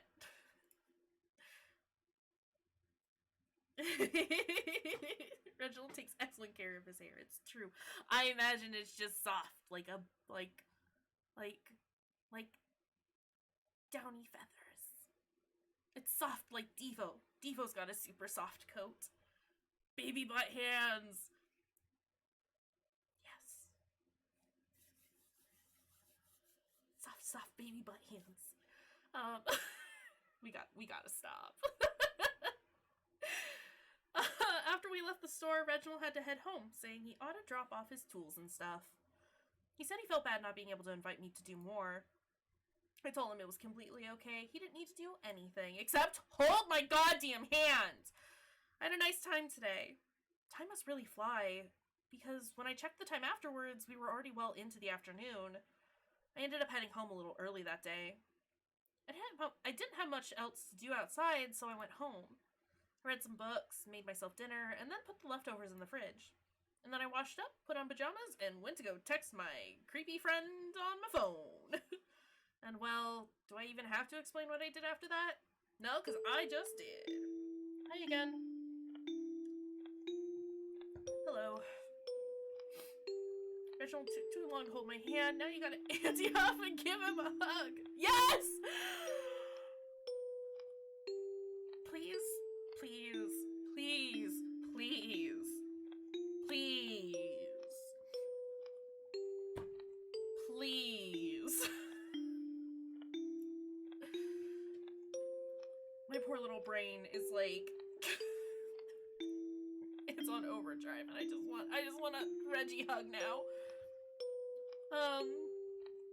So what did you do today? What? Well, if you're not going to talk about my parents to me, I'd at least want to hear about something that you're doing. We shouldn't talk about what I do. I hung out with this really cute girl all day, and I definitely chased her through the through the aisles for a little bit. It was cool. Don't worry about it. I want to. I understand. Maybe eventually. But not today. I'm sorry. I need to leave. Good night, Mary. Well. A poster told me to eat more screws, and then I went to A&E. Beautiful. Perfect. 100%. Did you eat more screws, though? That's the real question. Did that actually happen? We didn't eat more screws. We didn't listen to Screwy, which is unfortunate. I yawned and lied down. Who's texting me so late at night? Is it Reginald? Telling me he needs to come over and hug me immediately? Ha! My boy! Mary, are you awake? I understand if you aren't, of course. It's a bit late, isn't it? But whenever you read this, do respond. Reginald, why are you up so late? Oh, hello! Don't worry about that. I just thought of the perfect prize for you. Let me tell you about my day. And I had to tell you as soon as I possibly could. Really? What is it? You loved seeing my work the other day, right? Unless you were just flattering me. Anyways, I was thinking you could come to my workshop, and I could show you how a coffin is made? At least the way I do it. Thought it'd be a nice idea if you're into it. Into it? Into the coffin? Put me in a coffin? Annie's where you go in England if you eat too many screws. Oh, that makes sense. Oh, Reginald, I will always flatter you, right? Perfect. You're serious? I'm allowed to come see? Of course you are. I wouldn't have invited you otherwise. Then, yeah, I'd love to see. I think that'd be really cool. Thank you so much. Oh, accident and okay, that makes sense. We just have the emergency room. That's what we call it. We're simple here in America. Although accident and emergency is very direct and to the point. American and Eagle. Yeah, or that. The joke would have slain if it had translated. I am but a simple American who knows not what she say, or what she reads in this case, I guess. As a good joke, though, I do appreciate it now that I understand. You just gotta do the thing that I do, where you tell the joke, and regardless of whether people get it or not, you continue to explain the joke.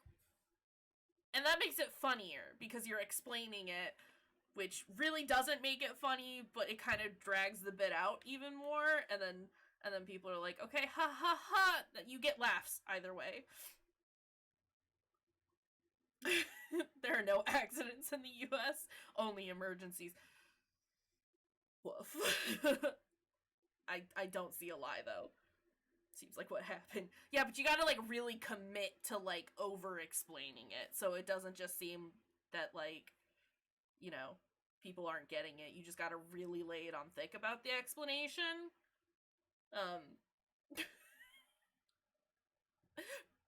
Preferably, obviously it's hard to do with text, but in as dry a tone as possible, So everyone thinks that you're taking it really seriously, and the fact that you're taking something so mundane so seriously is the funny part. That's what makes it funny. Is the over explanation in a dry tone. The doctor synthesizer defense. Exactly. I knew how to do it before, but I've definitely perfected it since talking with Marshall Moore. Learned from the best. Anyway, we're gonna go look at Reginald's workshop now. Right now, we're gonna go do that in the dead of night. This seems like nothing could possibly go wrong. I know he didn't say come over right now, but I am coming over right now. Let's go. Of course, I'm often alone, so it'll be nice to have some company. Here, I'll send you the directions momentarily. We are going right now. He has given us the directions. We are going right now. We will sit in there until he shows up. Because I'm assuming he's not there right now, but let's be real, he probably is. We're gonna go have a date. Visit Reginald at his workshop. Both those sentences, you just said the same thing twice. My boy. Reginald gave me the directions to his workshop, and we made plans to meet there in a few days. No! Now! We go now! I always wondered what went on into making a coffin, so I was plenty excited to be able to see it for myself. There's only so much you can read online about stuff like this.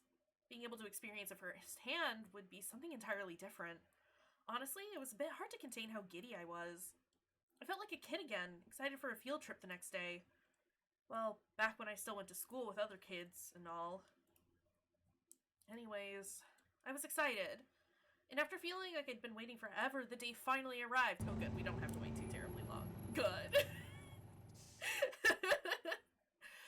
Getting off the bus at the closest stop, I walked to the location Reginald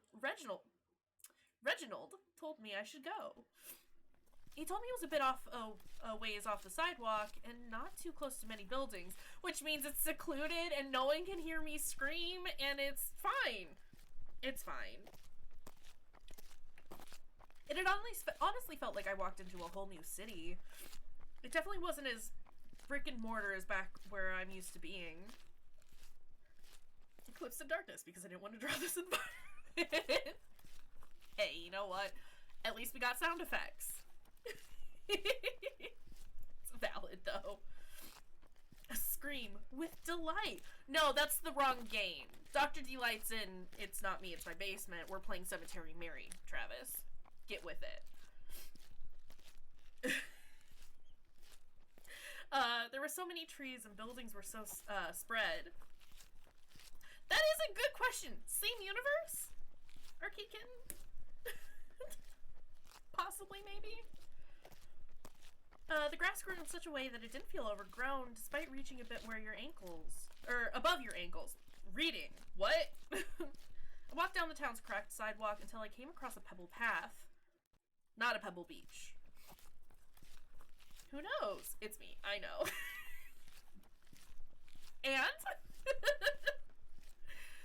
And following it down, I caught sight of Reginald's workshop. He was so old-fashioned. It was big, but completely made of wood. It almost looked like its own little cottage way out here. But it was charming, and I liked it. I went up to the door and gave it a few gentle knocks. I didn't hear anything at first. But then... Reginald, what? My boy! Reginald opened the door! I like his hair up like this. I like it. It's precious. At first, he had a not-so-happy expression on his face. It was only for a split second, but I noticed it before it changed. Ah! Excuse me while I screenshot that! Perfect! He's so happy! I need a moment!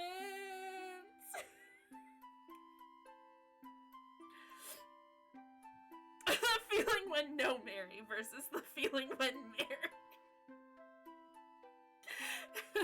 On the flip side, the feeling when no Reginald. The feeling when Reginald! I love him. Hold on a second. I have to save here, if for no other reason than just to come back to this at some point. Oh, I love it. Come in, come in! Okay. So glad you can make it. Precious. It looks like he has a tail. Sorry. Whatever he has on that table makes it look like he's got a tail, and I am fine with this.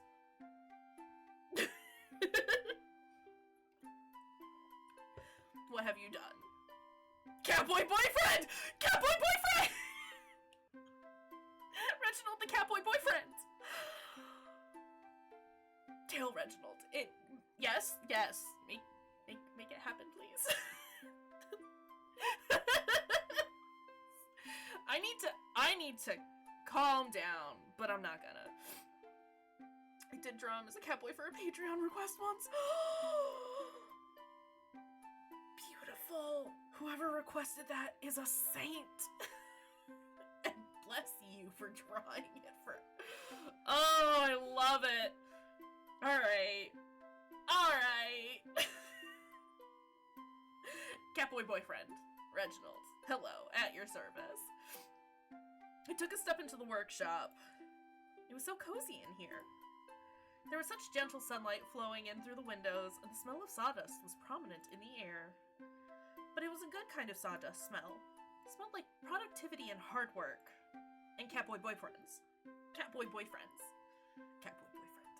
I actually just started my break, but you're free to look around and ask about things in the meantime. Are you sure? I don't want to bother you on your break. Oh, nonsense. I can't think of a better way to spend my free time. So anything you're curious about? Yes, everything. Everything. This is a lot more woodsy than I expected. These are your work clothes? Was there tools working for you? Are you always alone here? Is that your work in the back?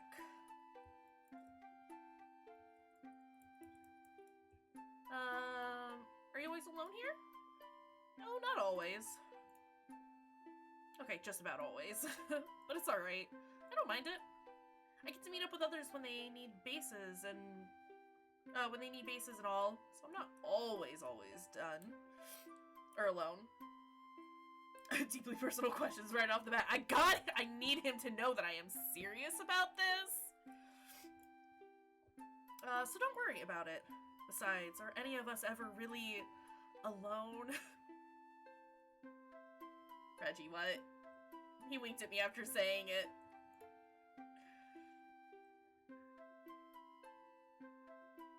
Reggie, what? This is a lot more woodsy than I expected. Oh, you think so? I do prefer to keep things a little more natural out here. Takes a bit longer, but it's more than worth it in the end. Better for the environment as well. These are your work clothes? Oh, yes. Do you like them? Yes. Oh, yes. They look very nice. But, your hair is still a bit loose, don't you think? Yes, you're not the first one to say that. But it's hard to control it all, and I can't bear to cut it. No worries, though. I assure you I haven't had an accident since. Since when, Reggie? Since when? And if I do, then you can just tell me you told me so. Are those new tools working for you? We cannot sacrifice style for safety. Yeah, no, I understand. As a punk girl who worked in a meat department, I understand. Extravagantly so. I think that's because I had you helping me that day. Are you secretly a good luck charm? Also, as a punk girl who worked in a morgue, I understand. Are you secretly a good luck charm? I think you feel more like the opposite, if I'm honest. Oh, come now, don't say that. You haven't let me down yet. Reggie and I are getting married. We're getting married. We've had more jobs than Homer Simpson. I mean, that doesn't take much, does it? Homer's only had the one job, hasn't he? Right? I've had some whack-ass jobs. Let's be very clear about that. Is that your work in the back? Indeed it is. It's just the base right now, though. Nothing too special about it yet. I think it looks pretty good, though. You've had every job. I mean, practically. Let's be fair. Especially since it's not like I know how to do any of this stuff. Well, if you'd like, you could take a step inside. Now listen here, young man. I know I've been joking about hopping into one of your coffins, but, yeah, absolutely, let's do it. You could be my little tester. Well, I love how into it Mary is, because same. It's this part. Hello, Terror Moss. This is fine and normal. I mean, we're living that goth girl life. Hell yeah, I'm gonna jump into your coffin. Oh, you know this person? Hello, welcome. Sure. I mean, also we're gonna save, because we have been reminded to save often, and I'm not saving over that beautiful, perfect expression. He's my bud. He was the first one to make a playthrough of CM. Oh, I remember you mentioning him the other day. Well, hello and welcome. That's awesome. You're gonna get yourself killed one of these days. That's what I'm saying. I am concerned for Fruity. Precious, well, welcome. We're happy to have you here. Now that you've said this part, I am intrigued. Haven't you always wanted to know what it's actually like to actually lie in one of these? It's not that exciting, nor that comfy. I have laid in a coffin, also been put in a freezer, like on a slab freezer in a morgue. Also not very comfortable, wouldn't recommend. I know I have. Yeah? I'd like to try it if it's okay. Of course it is. I wouldn't have offered otherwise. Stepped into the coffin. Even though it was still standing upwards, I crossed my arms as if I had been lying down in it. Reginald gave me a teensy wave as he lifted the lid and placed it over the coffin, encompassing me in darkness inside. Mary wants to pretend to be Dracula. Blah, blah, blah, Dracula noises. Blah, blah, blah. Oh, it's Precious and I just smudged my glasses because I can't handle any of this. My God. Give me a second. I can't see. Ugh. Oh, there's the world. Oh God, glasses please. Ugh, buy headphones. I need you off to put my glasses back on, apparently. Alright. Real gamer. We're cool. How's it feel in there? Tight and cramped. It's cozy, I think. Sure, it'll be a lot cozier once it's finished. Maybe we'll add some nice cushions and a shiny finish to really put it over the top. Yeah. I always did wonder what it feels like in those. I guess you'll have to let me try it again when it's finished. Oh, the silence is oppressive. Hello? Reginald? You're still there, right? No, he's giving you, like, the full experience of what it's like to, you know, be in a coffin. Just absolute silence. Hey, maybe we'll even shove it into the ground. You know, to give you the full immersive experience. Hello?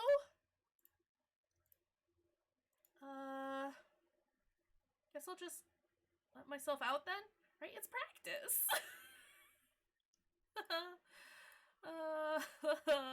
Huh? It pushed on the lid in front of me, but it didn't budge at all. It pushed harder. But to no avail. Reginald? Can you hear me? I'd like to get out now. I'm getting flashbacks to that morgue freezer, though. Legitimately. Oh, I hate this for her. Hey! How much air is in here anyways? I mean, it's not done. It's not airtight, right? Tried pushing again. No use.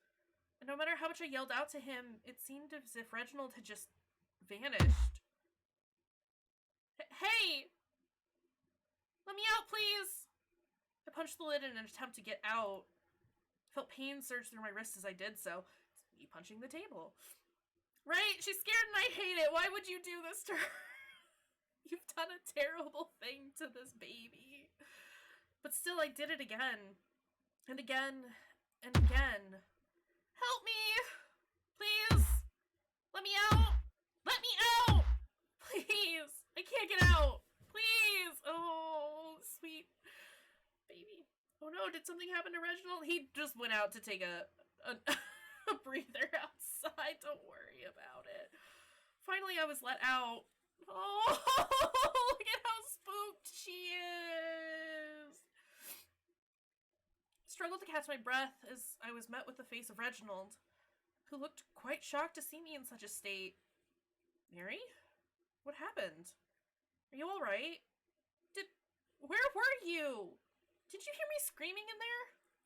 No, someone had knocked on the door. I figured you would be able to get out on your own, so you look shaken. Just a little bit. I just got so nervous when I couldn't get out. I'm sorry. No, I'm the sorry one, right? Don't apologize. You are fine. Really, I'm so sorry. Today was supposed to be nice, but I shouldn't have left you alone. I'm sorry. I'll make it up to you, okay? Hand give. Immediately hand give. Reginald, you owe us that hug now. Pay up, right? Please, now, immediately. Hands. Hands. You really don't have to. It's alright. No! Hug! Please! We're dying for a hug. I'd feel bad. It wasn't your fault. It is my fault. Besides, I won't feel good about it unless I do something to make it up to you, okay? Please, hug. Hug now. It's just how I am. Right? Both hands. Give big hug. Both hands. Let's go. I stayed for about less than an hour after that. It became pretty awkward after my little panic. And Reginald still looked like he felt really bad. I told him I let him work in peace. He told me it was okay if I wanted to leave, but he'd like to see me again soon. We said our goodbyes and I left, not wanting him to feel any worse over it. I didn't do much the rest of the day. I had, well, planned around this. But now I didn't feel up for doing much at all. Kiss-moi, mwah, mwah. Kiss-moi, kiss-moi, mwah, kiss. Right here. Kiss right here. But now I didn't feel up for doing much at all. Not gonna lie, Reggie kind of says, if he's not the serial killer, he is a serial killer. We're here for that.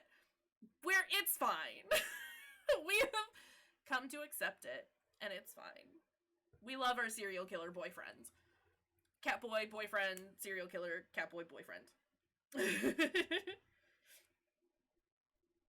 Odd Moose is right. If Reg doesn't give us a hug soon, we're raising the price to a kiss. Reggie 100% says he's gonna murder us. So good. I'm here for it. I'm pretty sure I said it on Friday when we first started this, but I would let him kill me. I'd just roll with it and be like, yep, cool. Thanks, buddy. Yeet me into one of your nice coffins. Let's go. Wowie. I went back home and decided to just relax. I was sure that once I was fully calm, what happened today wouldn't have seemed that bad at all. So I spent the rest of my evening at home. Until it was time for bed once again, and then we text our weird mystery number man. Got something to ask you again. Are you there? Yes, I'm here. I'm gonna touch his hair before I bleed out. I mean, absolutely. That coffin thing? It's just Norwegian special grading. Nothing to be worried about. I knew the Norwegians were into some weird shit. No offense to any potential Norwegian viewers. Yes, I'm here. I want to ask you something. You just did. What? No! Something different. Go ahead. Are you trapped? Is there a reason for this? I mean, that seems like a reasonable question to ask, but are you trapped? Has me intrigued. I can save over that one. What do you mean by that? Yeah, no, that's what I'm saying. Mystery number. What you're doing right now, is it because you want to? Or do you not have a choice? Oh, okay, that makes more sense. I understand now, Mary. There's always a choice. Even if that choice is to do nothing. But the choice I've made was with the best intentions in mind. Now, see here. Good night, Mary. I went to bed after that. I don't know if it's becoming easier to sleep at night was, or if it becoming easier to sleep at night was a good thing or a bad thing. I see. I understand. Reading comprehension is rough. Regardless, I slept. The days following were mostly uneventful, but I think that's probably a good thing. I didn't need something to shake things up even more. First 2 days that passed, I did my usual hobbies. I went to the cemetery, I placed flowers, I planted flowers. I didn't really talk to anyone, but that was fine too. On the third day, it was raining, so I decided I would stay home. I decided to finally take out the manga I got from the library. I hadn't started it yet, and today seemed like the perfect day too. I lit the fireplace as I cuddled up with a blanket next to it, expecting to spend a while sitting there. Precious. Yeah, it's weave time! Reading her freaking shoujos. No, it's okay, Fruity. Shoujos don't usually have the shit that we were dealing with this weekend. I promise. Ooh, the manga, black heart emoji. It was a thick book, but I was sure I could finish it all in a sitting. As for its content, well, it wasn't the best manga I had ever read, but it was still really interesting and captivated me nonetheless. The story was mostly lighthearted, and at some points even felt like a comedy. But I had just gotten to a part that was a bit more serious, making me all the more invested.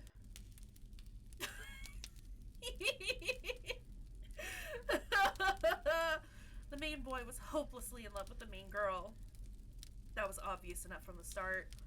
Despite this, he didn't want to be her boyfriend. In fact, he didn't want to be in a relationship with her at all. The manga had been pretty comedic up until this point. It was mostly about the boy taking wild steps to keep the girl his friend, while also not wanting it to evolve into more, or even insinuate he had feelings for her. He never explains why he doesn't want to date her, just that he doesn't. But now it appears the girl had grown feelings for him in return, making things all the more complicated. And it looks like the boy was ready to confess why he felt the way he did. I was completely immersed as I turned the page, only to be met with... Wow. Rude. Oh, how terrible. Someone had vandalized the pages with some sort of black paint or nail polish, it seemed.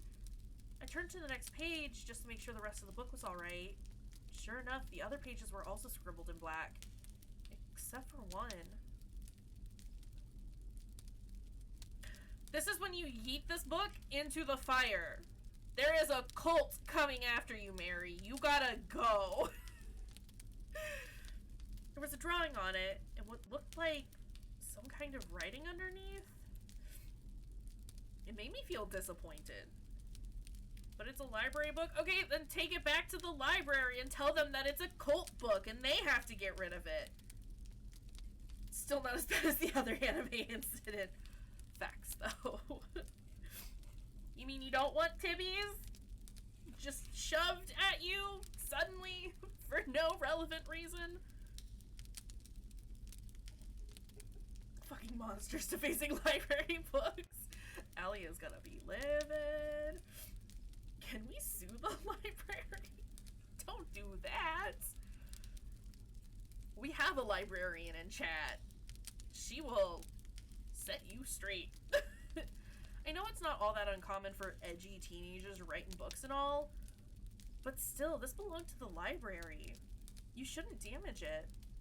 I tried to look on the bright side and think that maybe it was a donation to the library instead. That someone had drawn in this book when they owned it and donated it without realizing. Also, these librarians are terrible. They should have caught that at check-in. You tell them. Still, though, did no one check to see if the book was in good enough shape to be donated? Well, there was nothing I could do about it now. It might have been modified after she brought it home. Dun dun dun! How terrifying would that be? That's what was actually happening in the diner. Please don't sue libraries. We are very small and we have no money. It's not the library's fault that these juvenile delinquents are ruining their books. I made a mental note to tell the library of the damaged book when I went next, and flipped back through the beginning pages to make sure I didn't miss any other marks. But when I did... No thank you! Huh? The page I was just on looked nothing like it did before.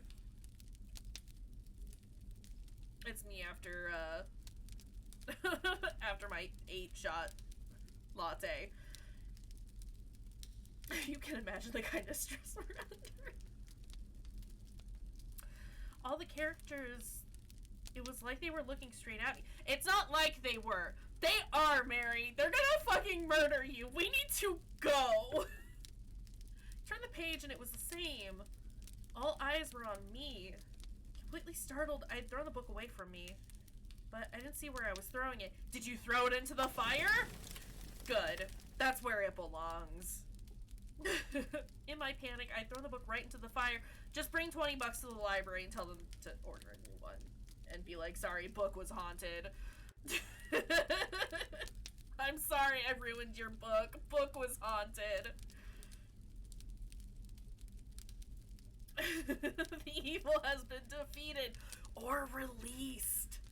Sometimes fire doesn't destroy but release.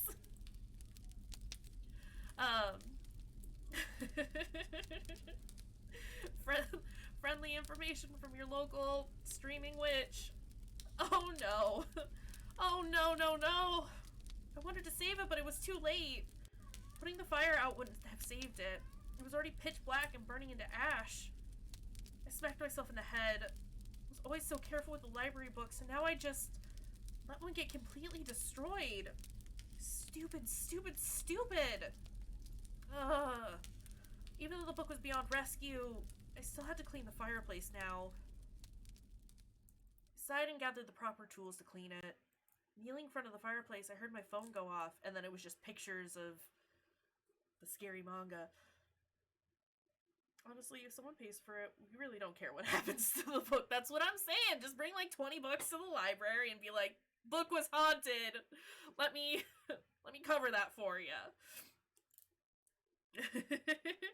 Mary cares. She feels bad. Mary is a precious being who needs to be protected at all costs. I picked it up shortly after, worried that it might have been Croven needing something important, but it was Reginald once again. Hey, are you okay? You looked kind of spooked in there for a minute. Hello, Mary. How are you feeling today? Me? I'm okay, I guess. Are you sure? Still feel terrible about what happened the other day. What do you mean? When you got stuck, remember? Or, well, perhaps it's better if you don't remember. Well, anyways, I've still been feeling pretty awful about that. I was thinking of ways I could make it up to you somehow. Hands! Give them! And luckily, an opportunity has recently presented itself. Oh, you don't have to do anything. Really, it's alright. Please, I think you'll really like it.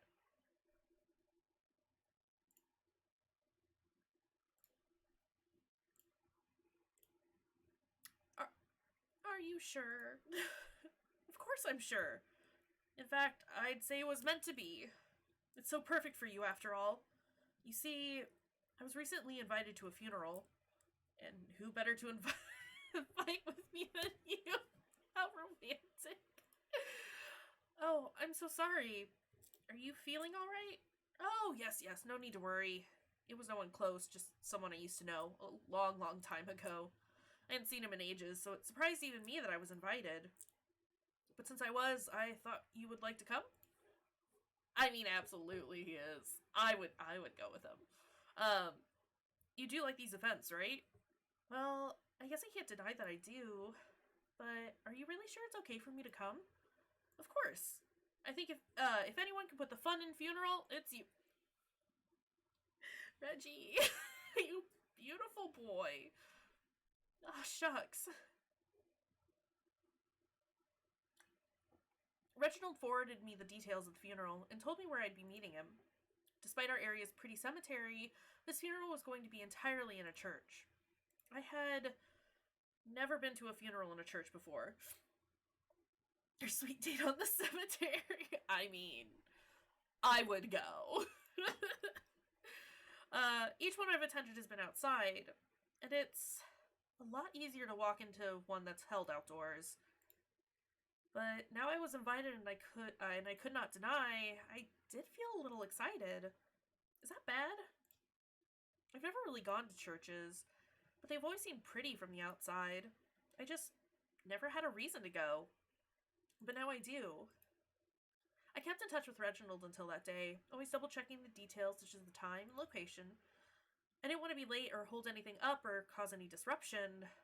Reginald kept assuring me that it would be alright, though, and that he'd wait for me outside, so I wouldn't get lost either.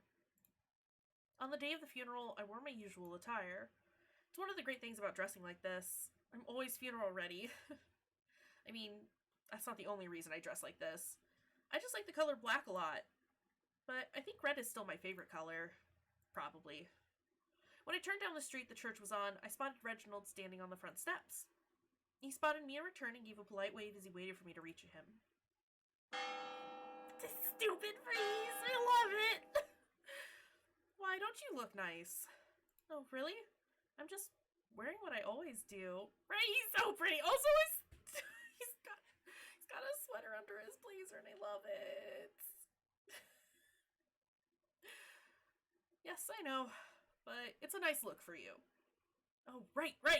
Here, take this. Reginald handed me a small package of tissues.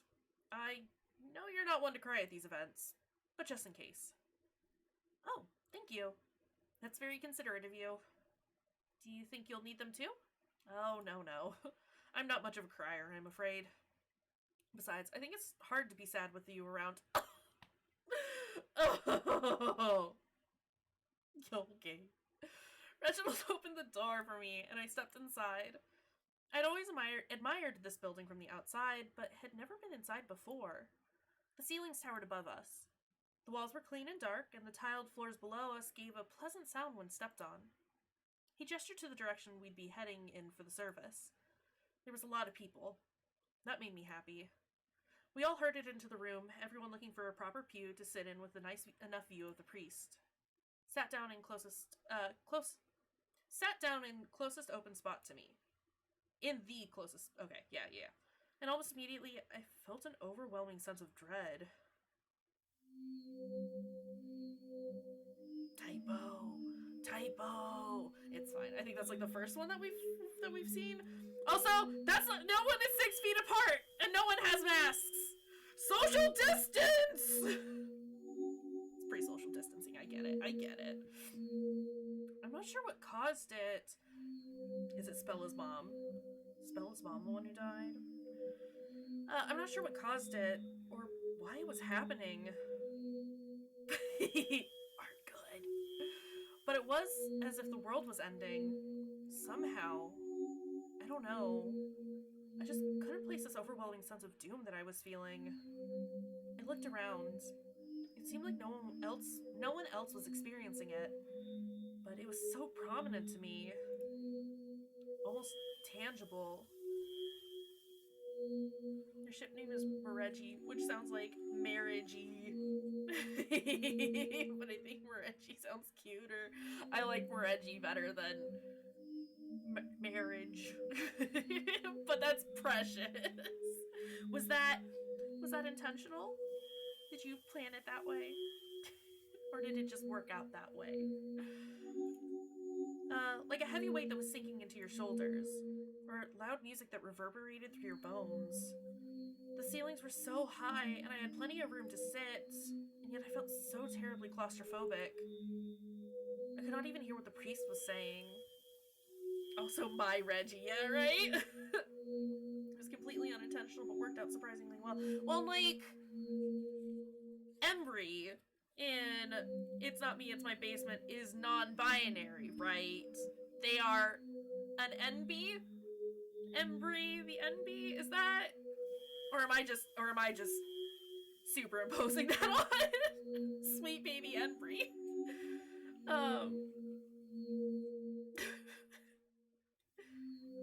Right? Sweet little Embry. I love them. Which is what we're already saying when he's on screen. My Reggie. My boy. I'm like ruining the mood for this scene, but it's definitely making me anxious. As if they were speaking underwater. What was this feeling? Embry's name was also unintentional. I think I just looked up neutral names to begin with E because I wanted an E name. I love it when that happens. I write in my spare time for myself and with Mayor Emmy, who I think is probably not here anymore because I think she is off work now. But yeah, when shit like that lines up, it's very good. It's but also Embry is perfect in every way, shape, or form. Yeah, see, that's what I thought too. Like like I said, I thought that Embry was non-binary, and so when I was like, oh, their name is Embry, like it's a play on NB, which I thought was precious and adorable. It's still precious and adorable, but beautiful. I love that. Also, this music is making me anxious, so I'm gonna get through this scene. What was this feeling? Oh, I write too. I do NaNoWriMo. Oh, I knew somebody who did that. I'm not super duper familiar with it. I mostly just like write shit for myself. Got into Twitch exclusively through Writing Buddies. Oh, that's awesome! I'm here for that. That's precious. Well, thank your friends for getting you into Twitch. Started 3 and finished once. So hard finding free music I could use that fit the moods correctly. Dude. I feel that.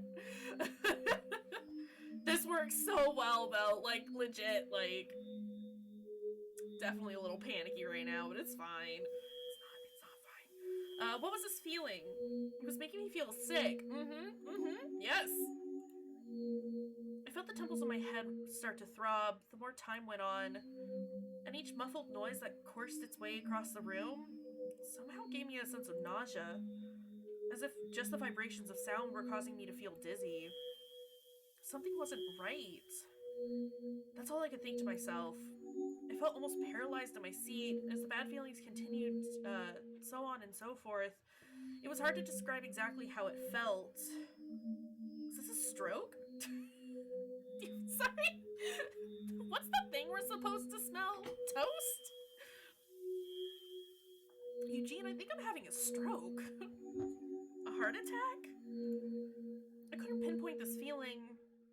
I just knew that something wasn't right. I wasn't even sure how to handle these feelings. It was as if I had entered some kind of dreamlike state. Not toast. Not toast. As if what I was feeling and everything around me was all some sort of elaborate dream. It was scary and claustrophobic. I felt like I had tunnel vision and the world around me was becoming blurred. All the noises around me felt so muffled and yet also so loud. It made my ears ring. And all the while, the only message my brain was feeding me was that something wasn't right. I I didn't want to be disrespectful to the service or anything, but I had to leave. At least, just leave the room. How long had this gone on anyways? It felt like it had been hours, but that couldn't have been the case. I think that feeling you're experiencing is your love for Reggie, Mary. This is what love feels like? It's miserable. I wouldn't know. I think I was just feeling really sick, and that's why. Or those tissues he gave us were drugged and just seeped through our skin. And that's why I eventually worked up the strength to exit the room. Things didn't seem quite so closed in when I did, but I still felt tidal waves of nausea rush over me every few moments. I couldn't understand what was causing this to happen. I felt terrified. In my dizzy state, I stumbled about until I found a bathroom. I went inside and then found my mother stabbed like that dream we had. The lights were bright and fluorescent in contrast to the rest of the church. The buzzing noise and stark whiteness of the room did not help my condition at all, as if overloading my senses even more. Luckily, I was already in front of a toilet when my sickness got the better of me. I threw up, and something definitely was not right. Whatever I had puked into the toilet was unlike anything I had ever seen before. You need to go to a hospital, Mary. We gotta go get you seen. It was pure black, and it glistened oddly in the light. Oh no, it's the ink disease. She's come to realize that she's nothing but art, and is throwing up the very thing that's created her. It's the goop! No! Fruity, no! Like ink or tar. Did this really come out of me just now? Fun fact, if you have enough blood in your stomach and you throw it up, it comes out looking black. Yeah, there. Ella and me are on the same page. Mary design was partly inspired by octopus, as seen here. The game suddenly breaks the fourth wall and becomes a commentary about being a piece of art. I believe it. Or am I just seeing things? This feeling of nausea still hasn't left. A knock on the door. Is it Reggie? I wasn't given much time to inspect it further, but truthfully, I didn't know if I wanted to. I had to be just seeing things, right? I told whoever was outside that I would be just a minute. I flushed the toilet and wiped the seat with toilet paper. All that murky, inky, black water came up clear again after I flushed it. I washed my hands and cleaned myself up at the sink before heading back out there again. Oh, not Reggie. As I exited the bathroom, I was greeted by a lady and gentleman standing right in front of me. And this is when the game turns into Ib. And now we gotta explore the Haunted Art Museum. This is why I don't do anime, by the way. Don't do anime, kids. This is what happens when you do anime. Not even once. Too late, I'm on too many animes. Arcade Kitten, there's no help for you! Finally home off work. Welcome back, Emmy. I was just talking about you. No, that's Jesse and Jane. Yes! Does that make us Meowth? I mean, we got the ears for it, right? Right? I was greeted by a lady and gentleman standing right in front of me. Oh, goodness, you startled me. Oh, I'm so sorry. And I apologize for the wait. Please, go ahead. Oh, that's quite alright. I just wanted to fix my makeup before we head out for dinner. Will you be joining us too? Meowth, that's right! Meowth! That was a stretch. I'm sorry. We saw you in the service there with us. Everyone was invited to come join us for dinner after. Every stanza has a rhyme. Sorry for appearing rude, but who are you anyways? You picking up on those rhymes. You're not some kind of crasher, right? Huh? What do you mean? How are you related to the deceased? Who did you come here with? Oh, that's just because I'm actually just... Oh, Reginald's girlfriend! I'm not even gonna wait. I didn't want to cause any trouble leaving the service in the middle of it. I just wasn't feeling all that great, so I took off on my own. I don't know where he is right now, but I'll see him again soon, I'm sure. Oh, I see. You must be very wound up about all this then. Sorry to bother you. Oh, no, don't be sorry. It's okay. You don't gotta ask me twice. We're Reginald's girlfriend, obviously. He put me in a coffin one time. It was pretty cool. You say that, everyone thinks it's some, like, weird, kinky thing, and it's like, no, literally, I just hopped into a coffin. It's fine. Has Reginald been dead the whole time? Right. Right. The person whose service this was Reginald. It's a ghost situation. We're gonna have a pottery scene here pretty soon. He put me in a coffin once. It's getting pretty serious. I mean, you're gonna have to go back and watch the VOD, because I think you missed that section. It was very good, though. I noticed them giving a weird look as we went our separate ways. As I got closer to the main hall, I could see more and more people spilling out the ends. It seems like the service was just about over, but hold on a second. I need to... Emmy, I'll send you a screenshot. Why did it... I mean, that's weird. Okay. I've sent you a screenshot. It's the one on the left, by the way. Where's the coffin dance meme? We're 4 Reginald clone dancing. Yes! Yes! I know exactly which one you're talking about.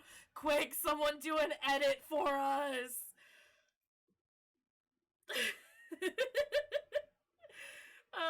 This is a moment and you're postponing it? Yeah, I am. Yeah, I am. I'm all about denying you guys the whole experience. Don't worry about it. But I couldn't just leave. There was something really weird going on here. And I knew it was connected to that coffin. The closer I got to it, the more intense that nauseating pressure felt. It's either gonna be Reginald was dead the entire time, or who we know as Reginald is not the Reginald everyone else knows. As in, there was a Reginald, the coffin maker. He is now dead. And the Reggie that we know has just been assuming his identity, and probably murdered him. It's fine. The closer I got to it, the more intense that nauseating pressure felt. Yeah, you missed a lot. Did he get single white feet? Or perhaps Mary's inside the coffin? I wonder what it is. It's our stuffed animal. It's the stuffed animal that was missing the entire time, from the diner. We're all in the coffin. Maybe the coffins were the Reggies we met along the way. There's a smaller coffin inside. Yeah. I'm gonna put that coffin inside another coffin, and that coffin inside another coffin, then I'm going to mail it to myself and smash it with a hammer. It felt like walls closing in on my brain. And with what happened in the bathroom earlier, we're just gonna keep going. I couldn't just let it go. I snuck closer to the coffin. We were alone together. Why do we even have that lever? Yeah, Matryoshka coffins. We were alone together, and the pressure felt more intense than ever. Honestly, I felt like I could puke again just from standing there. It just felt so hard to focus on anything except the pressure of it all. Something was telling me what's inside. I don't don't know if it's a body. I could hardly think properly. But all my brain could tell me was that something else was in there. No one else is around, right? Oh, maybe if I could just see inside. It's Dr. Delight. Surprise. It's the crossover that we kept being told wouldn't actually happen, but it exists. All I need is one quick glance, and then maybe my mind will be at ease. I reached my arm towards the coffin, and... Ah! There you are! God damn it, Reggie. Reginald! Did you get lost? I noticed you ran off earlier. Is everything alright? Oh, I definitely wasn't about to break into this coffin. Actually, I'm not alright. Oh? What's wrong? See what my female it is. Hello, my beloved. Until this day, I still wonder what's inside. Oh, no. Excuse me, Reggie, just let me open this coffin, please, right? I don't know. I started feeling really sick today. I threw up a fair quantity of Nickelodeon goop. Oh no. I'm all woozy and dizzy, and I definitely need to be taken to a hospital. And my head feels like it's throbbing. I don't know why. Oh dear, I'm so sorry. Would you like me to drive you home? Oh, that... No, it's okay. Are you sure? How are you gonna get home then? No, it's fine. I'll be fine. I need you to leave, Reginald, so I can pop open this coffin. Absolutely? Because you don't sound all that okay. I think I just need to lie down somewhere. Can I lie down at your place? Oh, do we want to be that forward? That's the real question. Like where this is going. Hey Reginald, don't you need to use the restroom? Please leave me alone in this room. Do you have to ask? I mean, we have vintage. So your place? So we're just gonna... Hey Reggie. Hey. You owe me. You haven't held my hand since, and you owe me. Hi.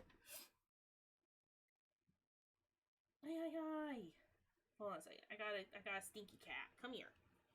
You have multiple pages to save on too if you find yourself running out of room. Oh, good. Good to know. Well, oh, look. It's a llama. Hi. It's the little bean. Yeah? This is my dopey-eyed child. I love her. Are you just gonna stay here? Are you fine here? I need to set you down so I can go to Reggie's house, okay? Okay. Mwah. You have said hello to everyone. And now I gotta go get murdered at Reggie's. Thanks, Lamia. Can I lay down at your place? Actually, I'm sorry to intrude, but we need to win his heart at any cost, right? Also, that was my baby Lamia. She's sweet. She's perfect. We have many cats on this stream. I'm sorry to intrude, but do you think I could lie down at your place for a little while?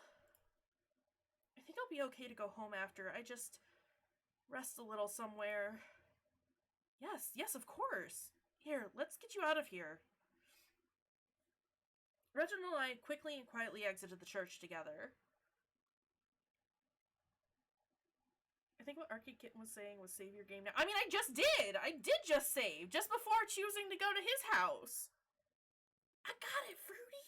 I got it. You better watch out. You better watch out. You better watch out. You better watch out.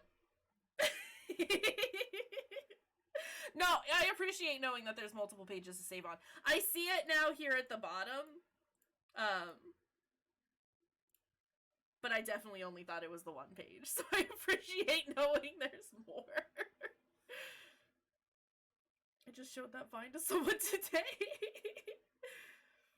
It was like, nope, nope, nope, at this whole part, like, getting to a tiger, or more precisely, pufferfish dead. The pufferfish! I mean, I need to know. I need to get stabbed. Let's just make it happen. Even though we were getting further from the coffin, the immense pressure I felt from standing next to it didn't seem to fade any. In fact, it almost seemed to be getting worse, regardless of my distance from it. It's because the coffin wasn't the epicenter the whole time. It was Reginald! I felt bad and a little weird about going to Reginald's place like this, but it seemed like it was my only choice. But it was fine. I had my phone on me too if I needed it, in case of an emergency. I really needed to lie down somewhere. Not necessarily sleep, but just lie down. Our relationship wasn't so bad. One time he put me in a coffin, the other time he stabbed me, but everything's good. I mean, it was it would be a consensual stabbing. I would gladly accept getting murdered by Reginald. If that's what he wants to do, I am down for it. It's like Cannibal Craigslist. Just like, hey, anybody cool with, like, me eating you? Yeah, sure, I'll volunteer. Hey. Reggie, you want to stab someone? I am your girl. But is Reggie a cannibal? Consensual murder is best murder. I don't think Reggie's a cannibal, but, I mean, Arcade Kitten is here. You could ask. I crawled into Reginald's car with him. It smelled like one of those old pine air fresheners. But there wasn't any hanging from his rearview mirror. Yeah, I'm not getting cannibal vibes. Just serial killer vibes. Definitely not cannibal vibes, though. Don't worry, Mary. We'll be there soon. He could be a classy cannibal. Yeah, but you would get, like, Hannibal vibes from him then. And I don't. I just get, like... I just get serial killer vibes from him. And that's fine. Emmy would know. These are facts.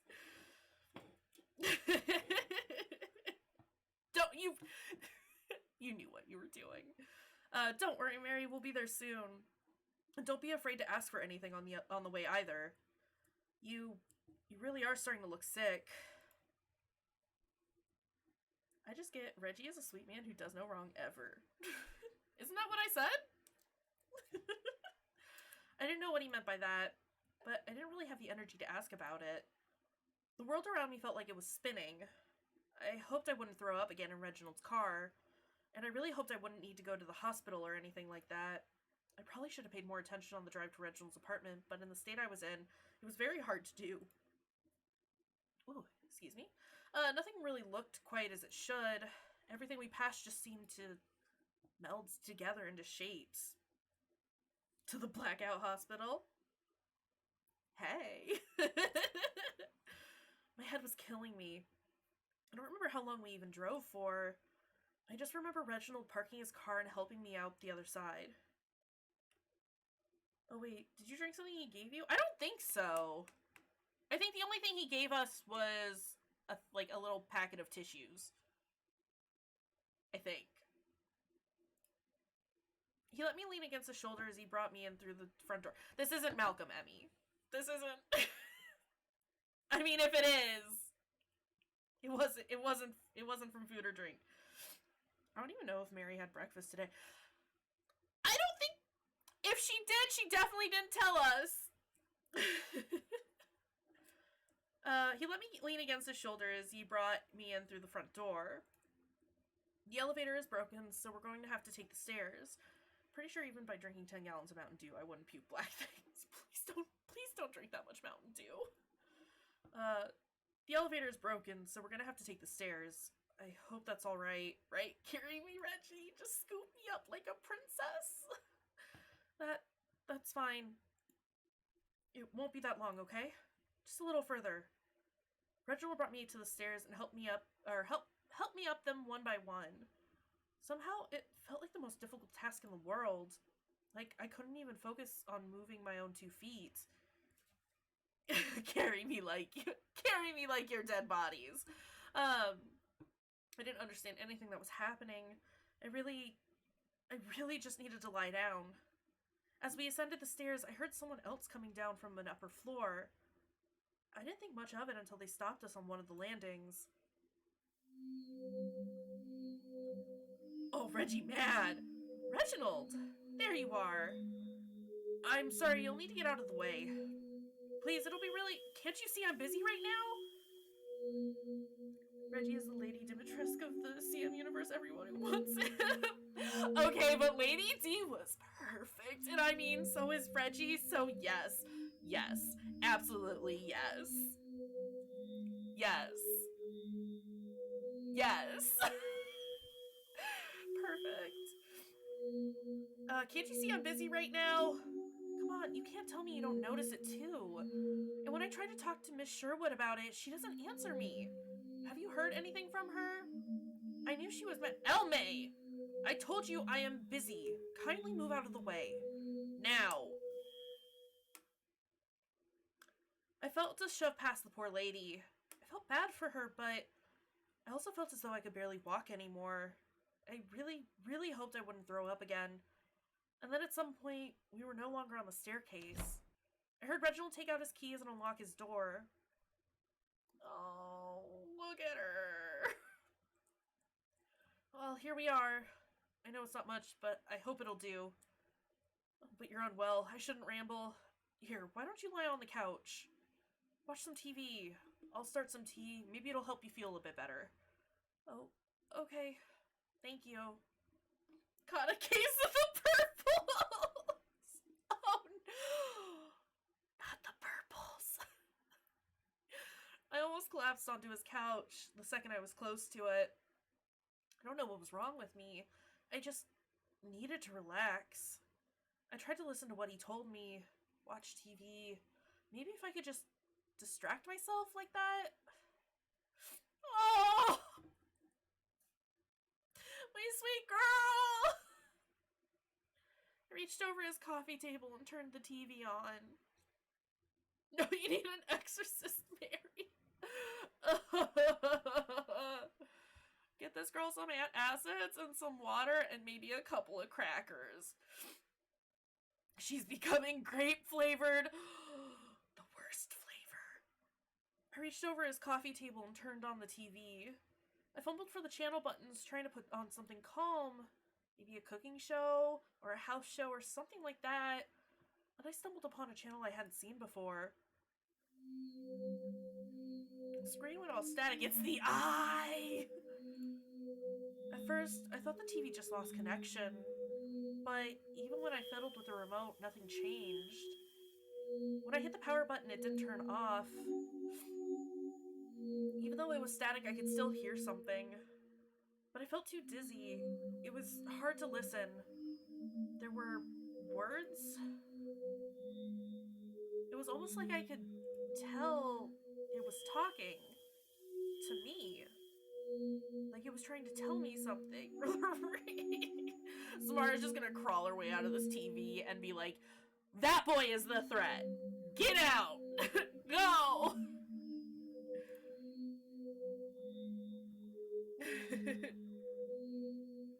Wait, there are eyes on the TV? I didn't notice that. Yeah, well, I mean, I don't know if there are lots of eyes, but there's one big purple eye. But even trying my hardest, I just couldn't focus on it. As if I was in some sort of bizarre dream. I wonder if it'll go back to it. It was all hazy, swirling around and around in my head. I just needed to lie. Oh! Yeah, there was a big old eyeball in the center. It was kind of like hazy and in the background, but it was there. It was the same one in the manga.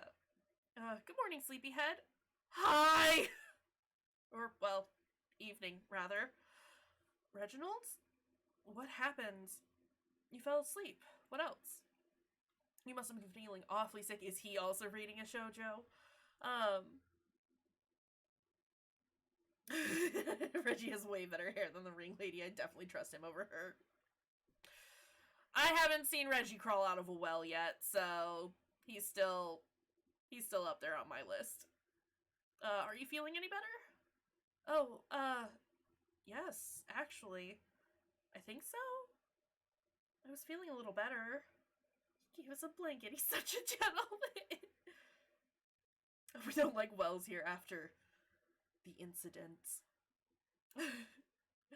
Fair point. I'll definitely trust a person with better hair care. It's a pretty good rule of life. Generally trust people with good hair care. I was feeling a little better. My head still hurt, but I wasn't anywhere near as dizzy as I was before. I'm glad your nap helped you then. Unfortunately, I had to dump your tea. It got a bit too cold. But I have no problem making you another cup if you'd like. Oh, that's alright. Hey, wait. The TV. Did you hear it earlier? Hear what? The TV. It was making a bunch of strange noises. Hiccups. How do you mean? The TV was off when I came over to sit with you. Oh. I must have just been dreaming then. Sorry for falling asleep on your couch. I didn't mean to. Why are you apologizing? You were feeling sick. It's quite alright. I'm sure you would let me do the same if our situations were reversed. Actually, probably not. Wait. You said good evening earlier. What time is it? I checked the time. Oh goodness, it was getting so late. Was I really asleep that long? I stood up from Reginald's couch and told him I really ought to get going. I thanked him once again for helping me so much. Of course. Hopefully we can see each other again soon. Maybe at a time when you aren't feeling sick. Every time we hang out with you, Reggie, something shitty happens. I will still hang out with you, but like, I don't like talking about the baby, Fruity. The baby was genuinely terrifying. Still genuinely terrifying. Smack my head, we should have just slept over at Reggie's. We were already there. Right though. Oh well. Made my way quickly and carefully down the stairs, hoping to catch the next bus on time. I noticed the closer I got to the bottom, the more it started to smell. It was less than pleasant. I guess that's what the neighbor lady wanted to ask Reginald about. It's the smell of a decomposing body. Reginald got pretty mad at her, didn't he? I tried not to let it affect my opinion of him too much. After all, it sounded like he was really just worried about me. It's the goop. Oh no. If I looked as sick as I felt, then, well, I'd be worried too. Luckily, I caught the bus on time. Reggie taking work home with him? I like to call it a hobby. An expanded hobby rather than work. It's the smell of adventure and mystery. Yeah, corpses. Is that... Are we not talking about the same thing? Got on safe, walked home safe, made it home safe. And then, you know, followed my usual routine after that. I'd like to go to bed quickly tonight if that's alright. That's alright. You're never under obligation to contact me every night. I know, but I feel like I have to. Do you? I do. Why is that? Because if I don't, I'm scared you'll stop responding. Which I feel does cover the, like, I'm scared I'll never hear about my parents again. If you work in a secluded workshop making coffins and you still get caught with a body in your apartment, you're the worst serial killer. Okay, hear me out. You gotta keep your hobby, i.e. murdering people, separate from your work, i.e. coffin making. I know they technically go hand in hand, but, like, it gets messy when you know, include your hobby within your workspace. That's just my take, though. I'm scared he'll stop responding. Is that so? If you disappear, I think that'd be awful. Business is booming. Oof. To never know what happened. I see. I will try not to. Didn't you say you'd like to go to bed quickly? Why don't you get some rest? Good night, Mary. Next days following, I didn't feel so great. Also, it's like people are dying and the order is rising. Also, it's almost 9 o'clock, which means we should probably end the stream, but I just want to keep going. We'll press ahead a little bit more, and then we'll call it for the night, and then we'll pick this back up on Wednesday. But I want to finish it now.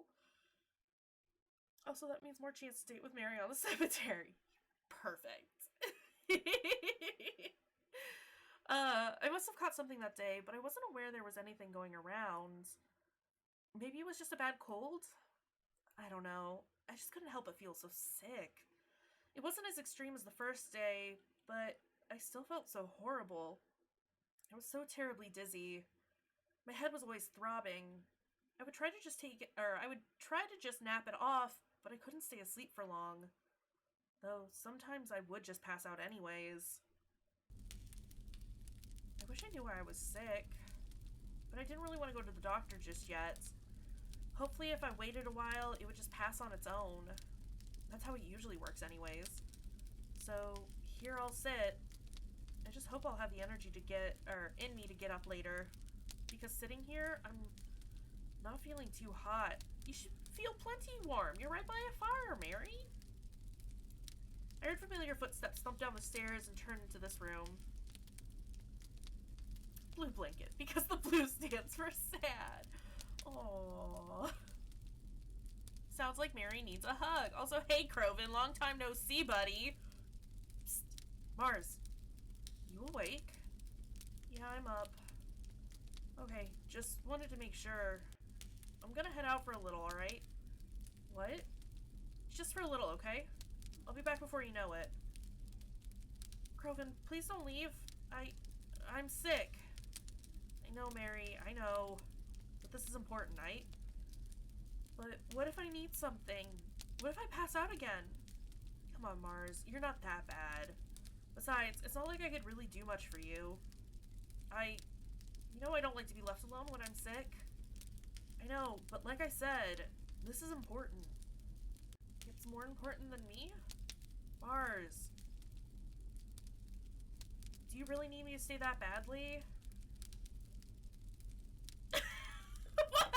Tell me how you really feel.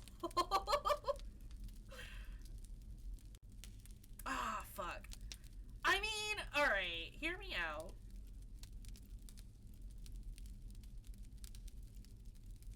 Save? Please? Okay, wouldn't let me save over. Hear me out. Croven's been a dick to us.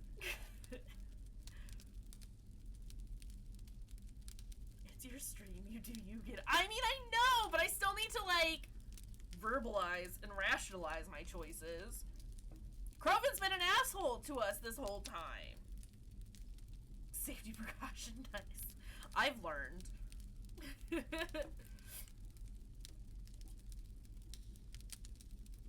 Oh, regarding streaming longer than 9.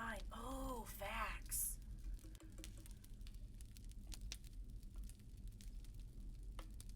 We might push on a little bit more. Cause like I am invested. Croven, why you bully me, my creator? Cause he's precious punk baby. Gotta bully him a little bit.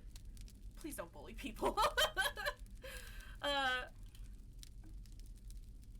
Yes, it's so good. There's so many things happening, and I need to understand all of them. And I need to know. I keep blaming Reginald for being a serial killer, and I don't actually have tangible proof of that, outside of a gut feeling, and I need to know. God, I love this so much, though. It's so good! Arcade Kitten, you've done so good with it! Are you sure? No, yeah, it's okay. You don't have proof, he just gives us vibes. I mean, my hunches are usually not incorrect about people being serial killers.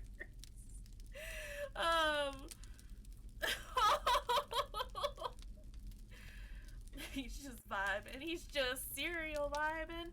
No, it's so good. Like, my only complaint that I had about It's Not Me, It's My Basement was the fact that it was so short.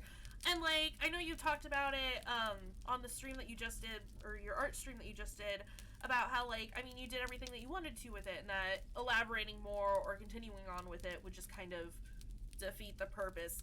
Totally understand. Absolutely cool. I loved It's Not Me, It's My Basement as is. So the fact that I get something that, like, is different from that, but is still, like, your art style and definitely has your voice to it, but is longer and much more expanded and has this whole, like, fleshed out story, is so good! So good! Yeah, so there's that.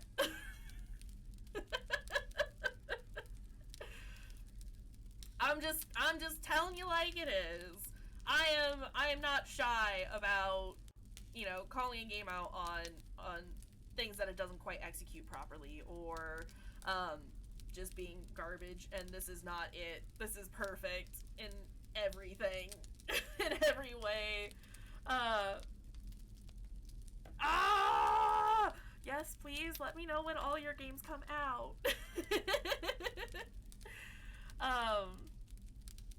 And I'm glad that it means so much to you, like, the fact that my opinion means anything. Even, I mean, like, and I get it, because it's, you know, somebody being, well, I can't say critical, because, you know, I'm not, I am raving about this, but, like, no, you've done a fantastic job over this, and I love how, I don't know, I really enjoy how cartoony's not the word that I'm looking for, but how, like, sweet and really cute the art style is, but the fact that it still manages to convey these, like, really intense, really spooky topics. Like, I got spooked in It's Not Me, It's My Basement, especially with that, that one particular Dr. Delight scene. I think we all know what I'm talking about with that one.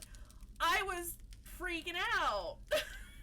And this has definitely just been like, I'm hooked. I'm here for it. The very beginning was a little rough, just in that it's like, I'm trying to, you know, learn who the characters are and figure out what exactly is happening. It kind of gets thrown in but dragged out a little bit, but I don't necessarily know that I would change that. You kind of need to have this, you know, that, like, base setting of, like, this is kind of what's going on. But now I'm here and I'm just like, no, I need to keep playing. I need to understand what's going on, and I need answers. Give me them answers. Not quite panic sweats, but definitely anxiety. Aww. Fun fact, the delight scene uses my own eye, not my smile, though. That, it caught me off guard, honestly. I think it's called Kimo Kawaii? Sweet, creepy, cute. I'm here for it. I like it. I dig it. It's perfect, is what it is. So yeah, we'll press ahead a little bit more. Oh, no, maybe now's a good time to stop. Ugh. The issue is, my issue, is that I need to go eat something. And I should also drink more fluids, because my throat is now like, what have you been doing? You've been screaming this whole time. Stop. And this seems like a good place to stop for now, but we can pick this up and probably finish it on Wednesday. Stream while eating? I don't like eating on stream. I've done it a handful of times when I've needed to. I hate doing it, though. You can go to the next midnight texting scene if you want. If it's coming up soon, then yeah, I can definitely make it to the next one. It's not too far. Okay, cool. We'll get to the next midnight texting scene, and then we'll call it there. And then I'll finish this out on Wednesday, because the other issue is I don't necessarily, like, I'm sure we'll finish this before the end of the stream for Wednesday, but I don't want it to be like, you know, a 15-minute thing and then be like, oh, okay. But yeah, so That's fair, Spruce. We're gonna, like I said, we're gonna end here pretty quick. But thank you, Freddy, for hanging out as long as you have. I appreciate you staying up so late for us all the time. You're a wonderful, marvelous human being, and I can't wait to see you next time. Sleep well. Do you want to say anything while you were still deciding? Do it. Speak up. Say what you gotta. But no, that's totally cool. But as always, I appreciate you hanging out. And we'll see you next time, Fruity. Get some good rest. Also, I saw there was a long comment from Arcade Kitty up here. Yes, that is valid criticism. The beginning of the game it's a little rough and rocky, but if I had to draw out all those events, I think I would die. Valid. Yeah, so I mean, like, it's understandable. Cause I mean, like, visual novels are simple, from the perspective of, like, you don't necessarily have to animate a ton of things, but you still have to make every individual, panel, essentially, that pops up, and that's still a shit ton of work, and to make, like, a still for every single scene sounds exhausting. And so it makes sense. I like it. I still like it, though, and it's so good. So yeah, we'll continue on until we get to the Midnight Tech scene, and then we'll finish this out on Wednesday. This game has over 600 images last I checked. Holy shit! Dude! That's awesome. You've done such a great job with it, honestly. Yeah, it's marvelous. I am so glad I have found your games and that you're here and that we've gotten to talk. It's lovely and wonderful. I love connecting with creators. It's wonderful and wholesome and beautiful. Anyway, so we told Croven that he can go. It's fine. No, yeah, it's okay. You said it was important, right? Probably gotta go see Bacillus. So you can go. I'm not that bad. Alright, thanks, Mars. I'll make it up to you later, promise. Will you, though? Croven left out the door shortly after that, and then I was all alone again. I pulled out my phone to give me something to do. The light felt so bright, like it was stinging me. That's when you gotta turn the brightness on your display down. I gotta do that when I'm scrolling through my phone on before bed. Oh, there you go. Even when I turned it to the lowest brightness, it still hurt. Mary and I, same wavelength. The words and images on it looked almost blurry. It was hard to focus on it.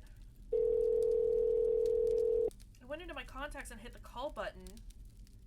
I didn't know if you would even answer, but it was worth a shot, right? Hello? Hi. Mary. Are you feeling alright? That panicked me slightly. Same. You got the secret Reggie choice? Perfect.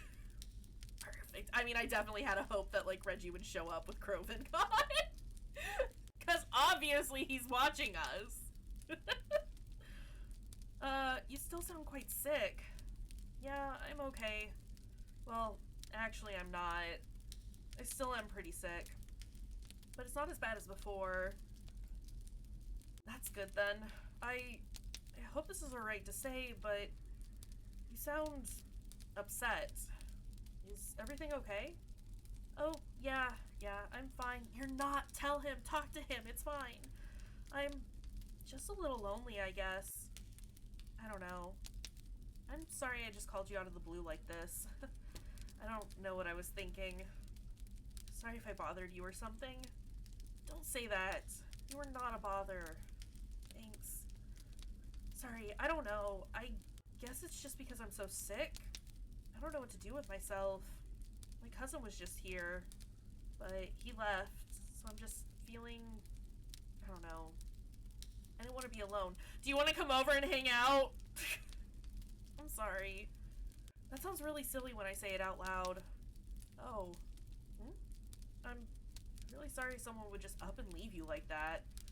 Oh, no, it's not like that. I'm okay. It's really not that big of a deal. Really? mean, I don't know. I say I don't know a lot, don't I? But I just wanted to talk, I guess. I completely understand. Tell me about whatever you'd like. I don't mind. You're not busy or anything? Nope. I was just reading. What are you reading? Oh, just some silly mystery novel. I'm a little over halfway through. Could you read it out loud if that's alright? Sorry. Perfect. Why? I just think it'd be nice. I don't know. Like, I won't feel like I interrupted you by calling. Besides, you have a nice voice too, you know? I could picture you making audiobooks or something. He's reading to us. He's such a gentleman, right? Oh! That's the first time I've heard that. Is this my debut? Maybe. Are you sure you want me to read to you, though? You might get spoilers if you ever want to read it yourself. And you don't have context for any of the events. I think it'll be really nice. You might help distract me from being sick, too. I mean, unless, of course, you don't want to or anything. Oh, please. I'd love to. Now, where was I? Here we are. But things still didn't add up. If he truly was dead at 5, then how could he have been there at 6? Who were they trying to fool? I rested my eyes as Reginald read his book to me. I liked listening to it, even if I didn't remember a lot of it. It was nice. It lasted for a while, too. But eventually, Reginald said there was another call coming in and told me he had to take it. So I let him go after that.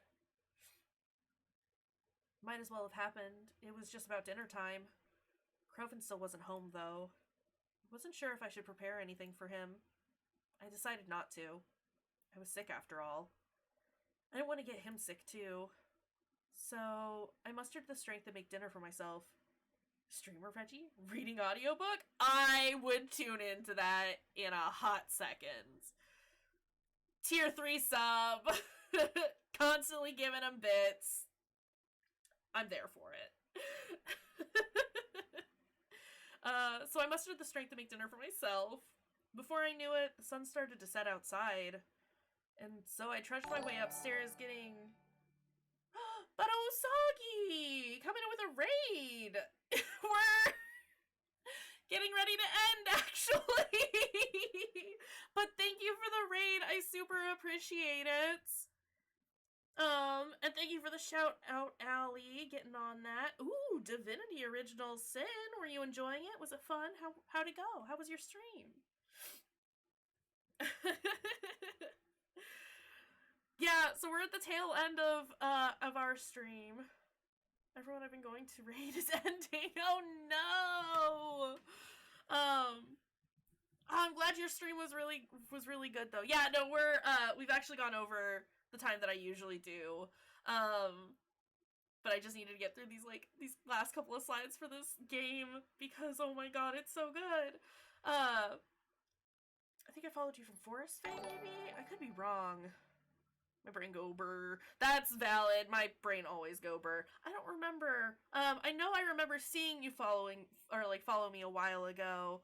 But I appreciate it. Thank you. Also, Cordy7, thank you for the follow. I really, really appreciate it. I guess for those of you who don't know me, we'll just pop on over here right quick. Hi, I'm Kayshurrr. I'm an LGBTQ+ streamer who primarily focuses on horror and mystery games. We are currently playing a game called Cemetery Mary, made by the lovely Arcade Kitten, who's hanging out here in chat with us today. If anyone is interested in playing it, there is the game link. It is technically free, but you can pay your own price. And for anyone who needs it, we also have a list of content warning, because we play mostly horror and mystery games. Some of the content is pretty dang heavy, and we want to make sure that you are safe and comfortable and not, coming across anything that is triggering for yourself. Looks like the raid didn't work properly. Uh-oh. I was gonna say, I know that Twitch has been having issues with raids a lot lately and not necessarily taking everyone over to to whoever you are raiding. They've been having a lot of issues lately, but you know, that's Twitch. But again, thank you. Thank you, Bono, for the raid. I super duper appreciate it. You're lovely, fantastic. We're gonna finish up this little bit and then we'll find somebody else to raid. Yeah. And so I trudged my way upstairs, getting ready for bed. I hoped I'd be able to sleep the whole night this time, but of course, it couldn't just be that simple. We can go raid Cyril. This can happen, Allie. But of course, it couldn't be that simple. Even in my sick state, I still had to talk to, well, you know. Gotta do our midnight texting. I know you want to message me. Oh? You've beaten me to the punch. You mentioned you were feeling unwell the other night, so please give tonight a rest and go to bed. I might actually listen to you for once. Do take care if it gets too serious.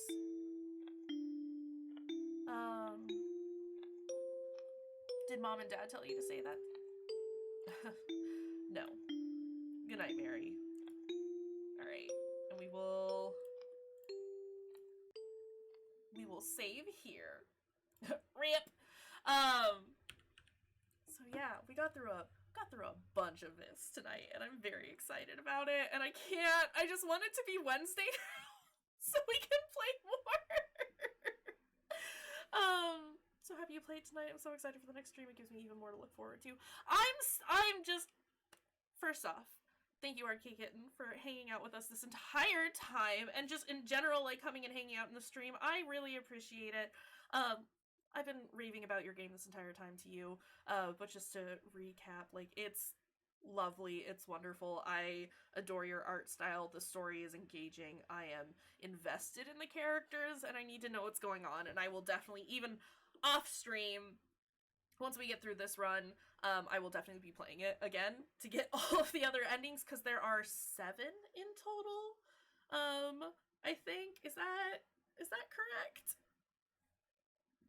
But obviously, if others are as invested in this as I am, I could always run for some of the other endings on stream. Or we can do some of our secret streams in the Discord. Which, because there are a ton of new people here, boom! If you want to join the Discord, link is down, the invite link is down there. We have, on Saturdays, we do horror movies or horror, content, really, horror media times, where we hang out and watch scary stuff together. It's pretty great. The link to my Twitter is also there. I occasionally update my, it says that I update my, stream schedule there. I do have the going live announcements on there. It's mostly just me shitposting at this point. But the Twitter is there if you want to follow me there, and the YouTube channel is also there. I'm currently working on archiving all of the previous streams so that people can watch entire series there for our previous stuff. Some of it is slightly edited down, but I also plan on doing a couple of other